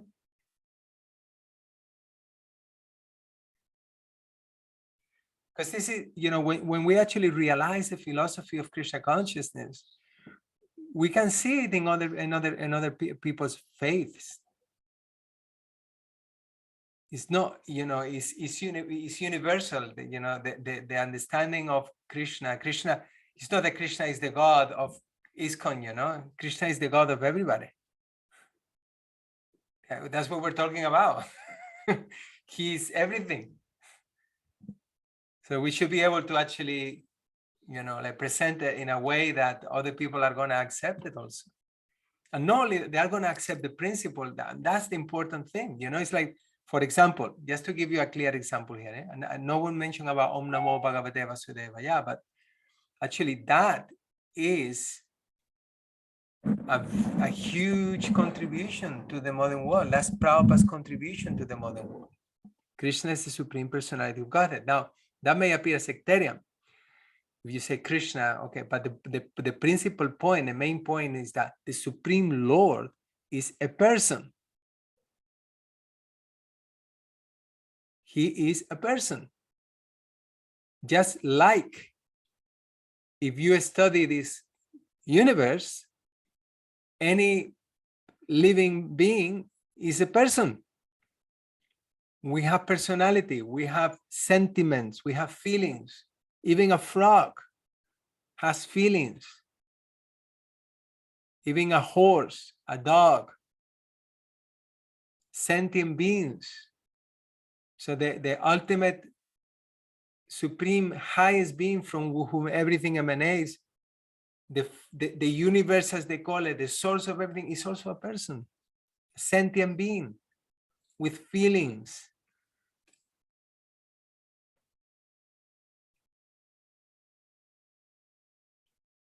He responds to us. He responds. He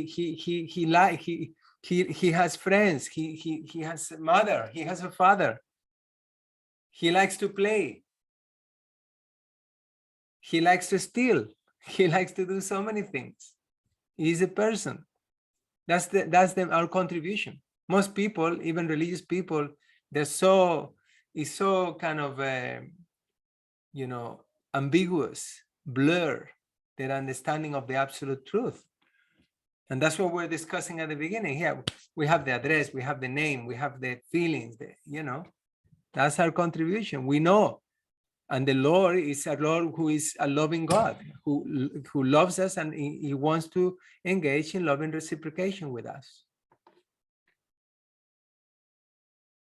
It's not something impersonal. Why the source of everything will not have the quality, will have the defect of being impersonal. Because being impersonal is a defect, is it not? Right? But the Supreme Lord has not got the defect of being impersonal. He responds, he reciprocates.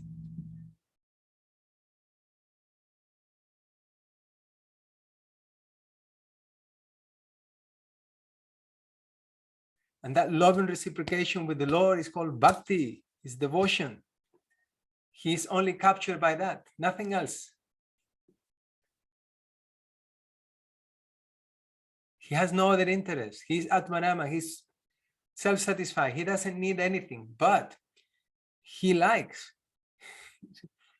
He loves us and he wants to be engaged in loving, he demands our service. That's what we have to offer when we come into these other meetings. And we don't come in an arrogant way. We don't have to. We don't come from a platform of inferiority or anything like that. We just share in the wisdom. It's not my wisdom. It's Krishna's wisdom. It's Bhagavad Gita. I don't have to hammer like you guys, you are ignorant, you are like this, you're going to hell, all this kind of stuff. This is like ignorance. We should be able to see, appreciate the sentiments, but at the same time, now we have a complete understanding of the absolute truth, and we should be able to present it to everybody, not just to Hare Krishna devotees. That's the art of a preacher. We're supposed to send a message out.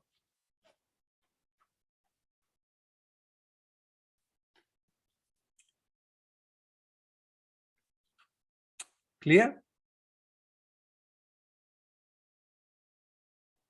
Because Bhagavatam is our weapon to fight Maya. It is a weapon to fight Maya. When we learn the Bhagavatam, we're fully equipped to, refute any ambiguous misconception, understanding of the Supreme. That's the beauty of the Bhagavatam. That's the highest understanding. Because this impersonalism is destroying the world. It's not just about, like they have given indirect impetus about sex life. That's an aspect of it which is essential because, obviously why people tend to religion, they want some enjoyment. So I'm not going to get it, spiritually, I'll go materially. But the point also is there that when we don't believe in a personal God, then that destroys bhakti. That destroys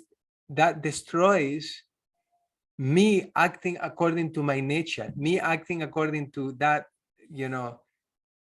me being denied the opportunity to enjoy, to relish rasa with the Lord.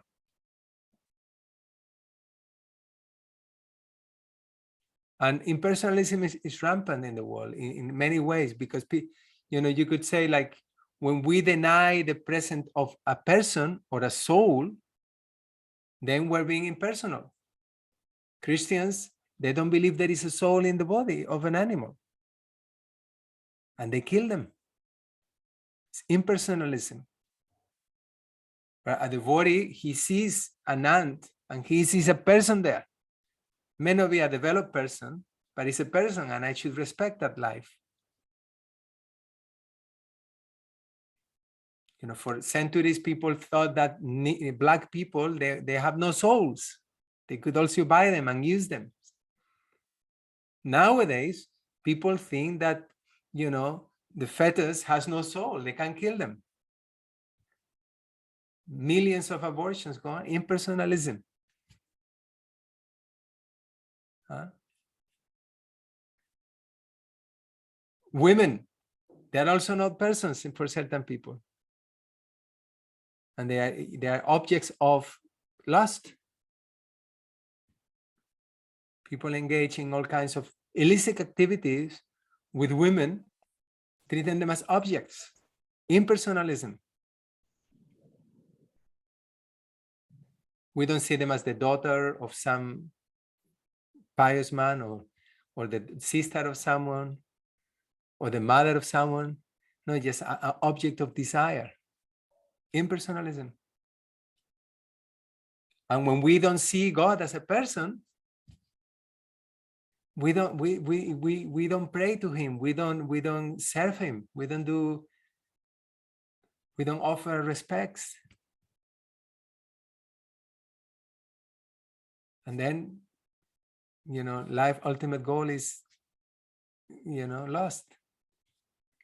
Okay, so let's go on. Let's finish this verse. Actually, clear? That point was clear, right?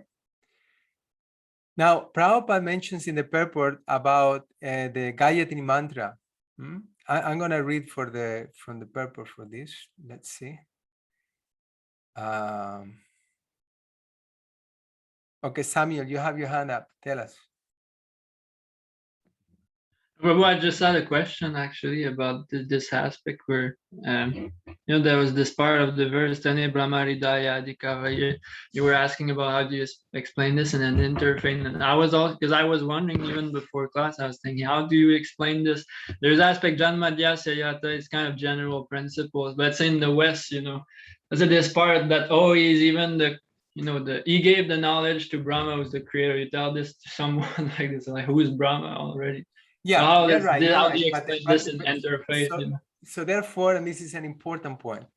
Therefore, the thing is that when we are reading the scripture, we're supposed to be extracting general principles that we can apply in our lives. And I'm telling you this right at the beginning of the Bhakti-vaibhava course, because as you study the Bhagavatam, so many principles are gonna be coming out of the Bhagavatam, because that's what the Bhagavatam is. It's establishing axiomatic truth. It's establishing general principles by which we can guide our lives.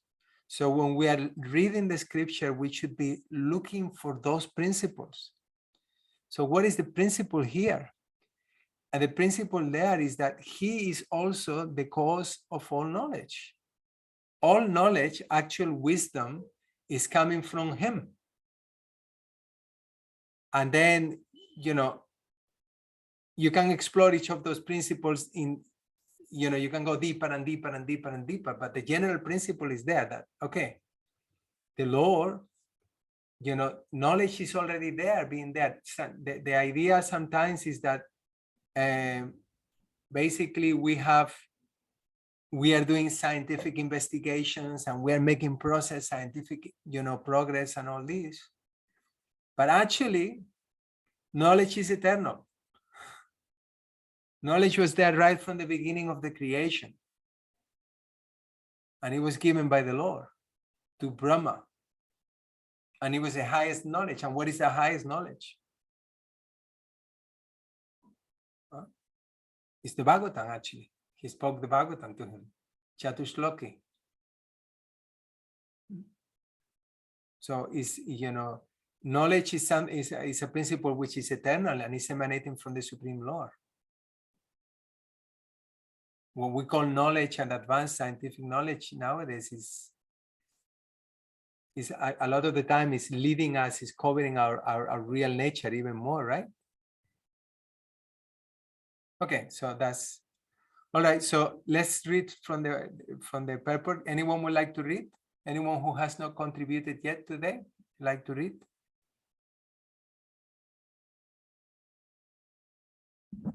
Archana. Hare Krishna, Prabhu. Did you change your name? Was a different name before? Yes, Prabhu, because it so happened that it changed just, the device. It's fine. It was something like Archana Bhakti Radha Devi. Okay. Yes, Prabhu, I'll change. Go for it. Yes, Prabhu. The Srimad-Bhagavatam begins with the Gayatri mantra. Unless one is thoroughly accomplished to the transcendental knowledge of the Lord, one is sure to misunderstand the Lord's worshipable transcendental pastimes called Rasa dance and his love affairs with the gopis. Srila Vyasadeva therefore gives the reader the chance to gradually develop spiritual realization before actually relishing the essence of the pastimes of the Lord. Therefore, he purposely invokes the Gayatri mantra Dhimahi. This Gayatri mantra is meant for spiritually advanced people. When one is successful in chanting the Gayatri mantra, he can enter into the transcendental position of the Lord. One must therefore acquire Brahmanical qualities or be perfectly situated in the quality of goodness in order to chant the Gayatri mantra successfully and then attain to the stage of transcendently realizing the Lord, his name, his fame, his qualities, and so on. Srimad-Bhagavatam 1.1.1 purport. Okay. So there is in the Sandarbhas by Jiva Goswami, there is a comparison between the Gayatri mantra and the first verse of the Bhagavatam. Insanity. I'm just giving you, this is extra. You don't need to memorize or learn this, but it's very interesting. It says, like Om is Yamadya Syayataha, Savitur, those who are chanting Gayatri anyway, the Brahma Gayatri. You can see here the correspond, how different words in the Brahma Gayatri correspond with different terms in the first verse of the Srimad-Bhagavatam. But however, Vyasadeva only quoted the one word, Dhimahi, okay? And he didn't give the full Gayatri mantra, the full Brahma Gayatri. And so why? Because the Brahma Gayatri is something secret, private, is given by the spiritual master. Yet, by including this Dhimahi, like Prabhupada is explaining, is giving us an opportunity. It's actually, Dhimahi is in plural, let us meditate. Lord, Srila Vyasadeva is inviting us to join in his meditation on the absolute truth. And this is what the Bhagavatam is. The Bhagavatam is a meditation on the absolute truth. And one must therefore acquire Brahminical qualities or be perfectly situated in the quality of goodness in order to chant the Gayatri mantra successfully and then attain to the stage of transcendentally realizing the Lord, his name, his fame, his qualities, and so on. So it is a very important point, actually, because, you know, when we're studying the Srimad-Bhagavatam, I was explaining at the beginning of the class, this is not academic course. This is not that, you know, you come and you study and you read the verses and you write an essay at the end. It's not like that at all. Actually, Srimad-Bhagavatam, it means a change of heart. It means that you are now, we are learning these principles, for example, that Krishna is the supreme controller, and I have to mold my life to live my life according to that principle, that he is the controller and I am the servant. And for the full revelation of the Lord in our hearts, we have to reach that Vasudeva stage. You know, we're talking about Om Namo Bhagavate Vasudeva, yeah, and some of the devotees, the acharyas, they explain that this Vasudeva also refers to that Vishuddha Sattva. And unless we come to that Vishuddha Sattva, then the Lord will not manifest in our hearts. So, important point, Prabhu's Mataji, is to understand and study the Bhagavatam. You gotta cultivate the mode of goodness. Gotta practice the mode of goodness. I mean, I'm very firm about this, you know, because I've seen it, you know, with a lot of the time that devotees don't practice the mode of goodness in the eating, in the living habits, in the sleeping. And this is a huge impediment in the spiritual life, you know. And then we expect that we're going to have these wonderful realizations, but, you know, Krishna consciousness is surely not dependent on the mode of goodness. But the point is that for us, because we are sadhakas, we are practicing the bodies, we need to come from a platform where we are, you know, steady. And the mode of goodness gives us that steadiness, gives us that ability to practice Krishna consciousness in a very, you know, productive way, you could say. I'll just give you an example. Okay, I'm teaching to you today. You know what I did this morning? I spent the whole morning, I'm teaching from my room. This is my bedroom, okay? You know what I did this morning? Like, took me more than 2 hours. I cleaned the room from top to bottom, you know? Just because I'm giving a class to all of you. And it's a sacred thing. We're speaking the Srimad-Bhagavatam. It's Krishna himself. We want to invite the Bhagavatam into our hearts. We want to invite the Bhagavatam into our lives. We have to keep the place clean. The place where you study, the place where you learn, the place where you do your bhajan. It has to be a clean place. You know, you're eating, you know, the body's overweight, you know, unregulated in the habits of eating too much, no controlling the tongue. No, it's part of the whole package. You have to come to the mode of goodness, chanting, and then you can chant these mantras in a way that, you know, like, what is the Gayatri mantra? The Gayatri mantra is an invocation, is a prayer, actually, that the Lord from within our heart illuminates our life. He's the source of all illumination. He's the source of knowledge. That's what Tene Brahma Hridaya Adikavaya means. When he gave knowledge, it means that he gave the torch of knowledge. He illuminated the heart of Lord Brahma. So we want the Lord to do that. And Prabhupada said, what is he saying? One therefore must acquire Brahminical qualities. So that's your homework. Let's cultivate Brahminical qualities while we're doing this Bhakti-vaibhava course. That people see it, actually, people see, oh, this person is changed, you know?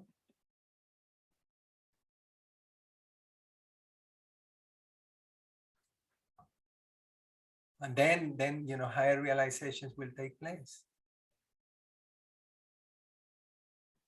Okay? So we coming is 5 minutes before time to finish. I mean, generally we have like 2.5 hours class. I don't know, we've been given 3 hours. Today we have a long introduction because of, you know, it was the first day and I wanted to get to know you all. But I will try to keep it to below 3 hours each class anyway. For tomorrow, we can finish a little early. Today we finish just 5 minutes before. So tomorrow we'll definitely complete verse 2 and verse 3. These are very, very important verses. I strongly recommend you that, for the next, for each week, you read in advance, particularly these few. I mean, from now until chapter 7 is a lot of philosophy. It's a lot, I mean, you have the past tense of chapter 6 is more or less like the life of Narada Muni, but apart from that, it's a lot of philosophy. Well, Krishna's incarnation, Krishna's incarnation, a lot of philosophy there. Then from chapter 7, not the beginning of chapter 7, from chapter 8 onwards, you're gonna hear more about Krishna and Kunti's prayers and the Pandavas, but now it's quite intense. So I really strongly advise you to read in advance, get hold of different study guides. But what is that book called? Unveiling His Lotus Feet is very interesting. And those Subodhini guides by Govardhan Village. That was Sandarbha, Focus on Prabhupada's books. Before you do any other reading, just read Prabhupada's books. But if you have extra time, you can go into these other guides, Srimad-Bhagavatam at a glance. And the more you look at the same philosophical points from different angles, it's like sharpening the axe of knowledge, So tomorrow we'll continue with this. My apologies if it was a bit too intense in philosophy like this. This first verse is always like, oh my God, how did I get myself into this? It's so, complex in one sense, but it is a knowledge which is presented like gradually through the Bhagavatam. So don't expect that we are going to be able to understand all these principles in one class. Now, the same points are going to be presented like again and again and again and again and again and again until we get it, So from that perspective, it's just like an introduction. Okay, so thank you very much. Any last comments or questions from anyone before I close the class? Okay, Samuel, Prabhu, could you please show again the slide to show which part of the elements to which part of verse? Yeah, I can do that. We said, Prabhu, what are we going to cover tomorrow? Okay, so I said verse 2 and 3 for sure. Maybe we cover a little more, okay? The first 3 verses, we're going really slow. Then later on, we're going to move much faster, okay? So it's not going to be like this today, like one verse, but it's just because it's the introduction. This is important. And we didn't go, as I said, there is 5 explanations by Vishwanath Chakravarti Thakur on this first verse. Okay, we didn't go into that, but I mentioned to you that the point here is that Vyasadeva is introducing us to the absolute truth, and Vishwanath Chakravarti Thakur, he is obviously, being blessed by the Supreme Lord. The Lord is revealing himself so many things through the same Srimad-Bhagavatam. He understood, well, actually the supreme aspect of the absolute truth is not that he is Avignat Swarat or that he is Jammadya Siyayataha in the sense of all-pervading, the supreme source of creation. No. The supreme absolute truth is Krishna is performing pastimes in Vrindavan with the gopis and the gopas. So how is this revealed in this first verse? So he finds for each of the words of the first verse different meanings to explain rasa, to explain bhakti, to explain, when I'm talking about rasa, I mean Radha and Krishna's pastimes. And in this way, you have 5 different translations, basically. So Prabhupada focused more on this first general description, and we're sticking to that. But just to give you an idea of how much more is just to the first verse. Like I said, Bhakti Siddhanta, you can say, oh my God, 3 hours in one verse. Okay, Bhaktisiddhanta Saraswati Thakur spent 3 months. Okay, so we didn't even scratch the surface, really, just like giving some basic knowledge. Okay, so let's put that slide for Samuel for a minute, and you can take a picture of it, and then we will close. Okay, let me just find that verse here.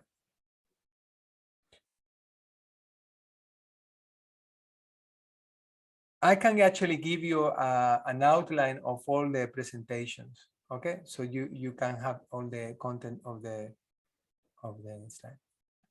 Okay, so I'm closing the class now. You can take a screenshot, Samuel. So thank you very much. Srila Prabhupada ki jai. Vancha kalpatarubhyascha kripa sindhuvyacha patitanam pavanebhyo vaishnavebhyo namo namaha. See you tomorrow at 2 o'clock. Hare Krishna. Srila Gaura Bhakta Vrinda ki jai. Thank you, Prabhuji. Hare Krishna. Hare Krishna. Thank you so much. Hare Krishna. Thank you so much, Prabhuji. Hare Krishna. Thank you very much. Hare Thank you, Krishna. bro. Hare Krishna. Hare Krishna, Prabhuji. Thank you.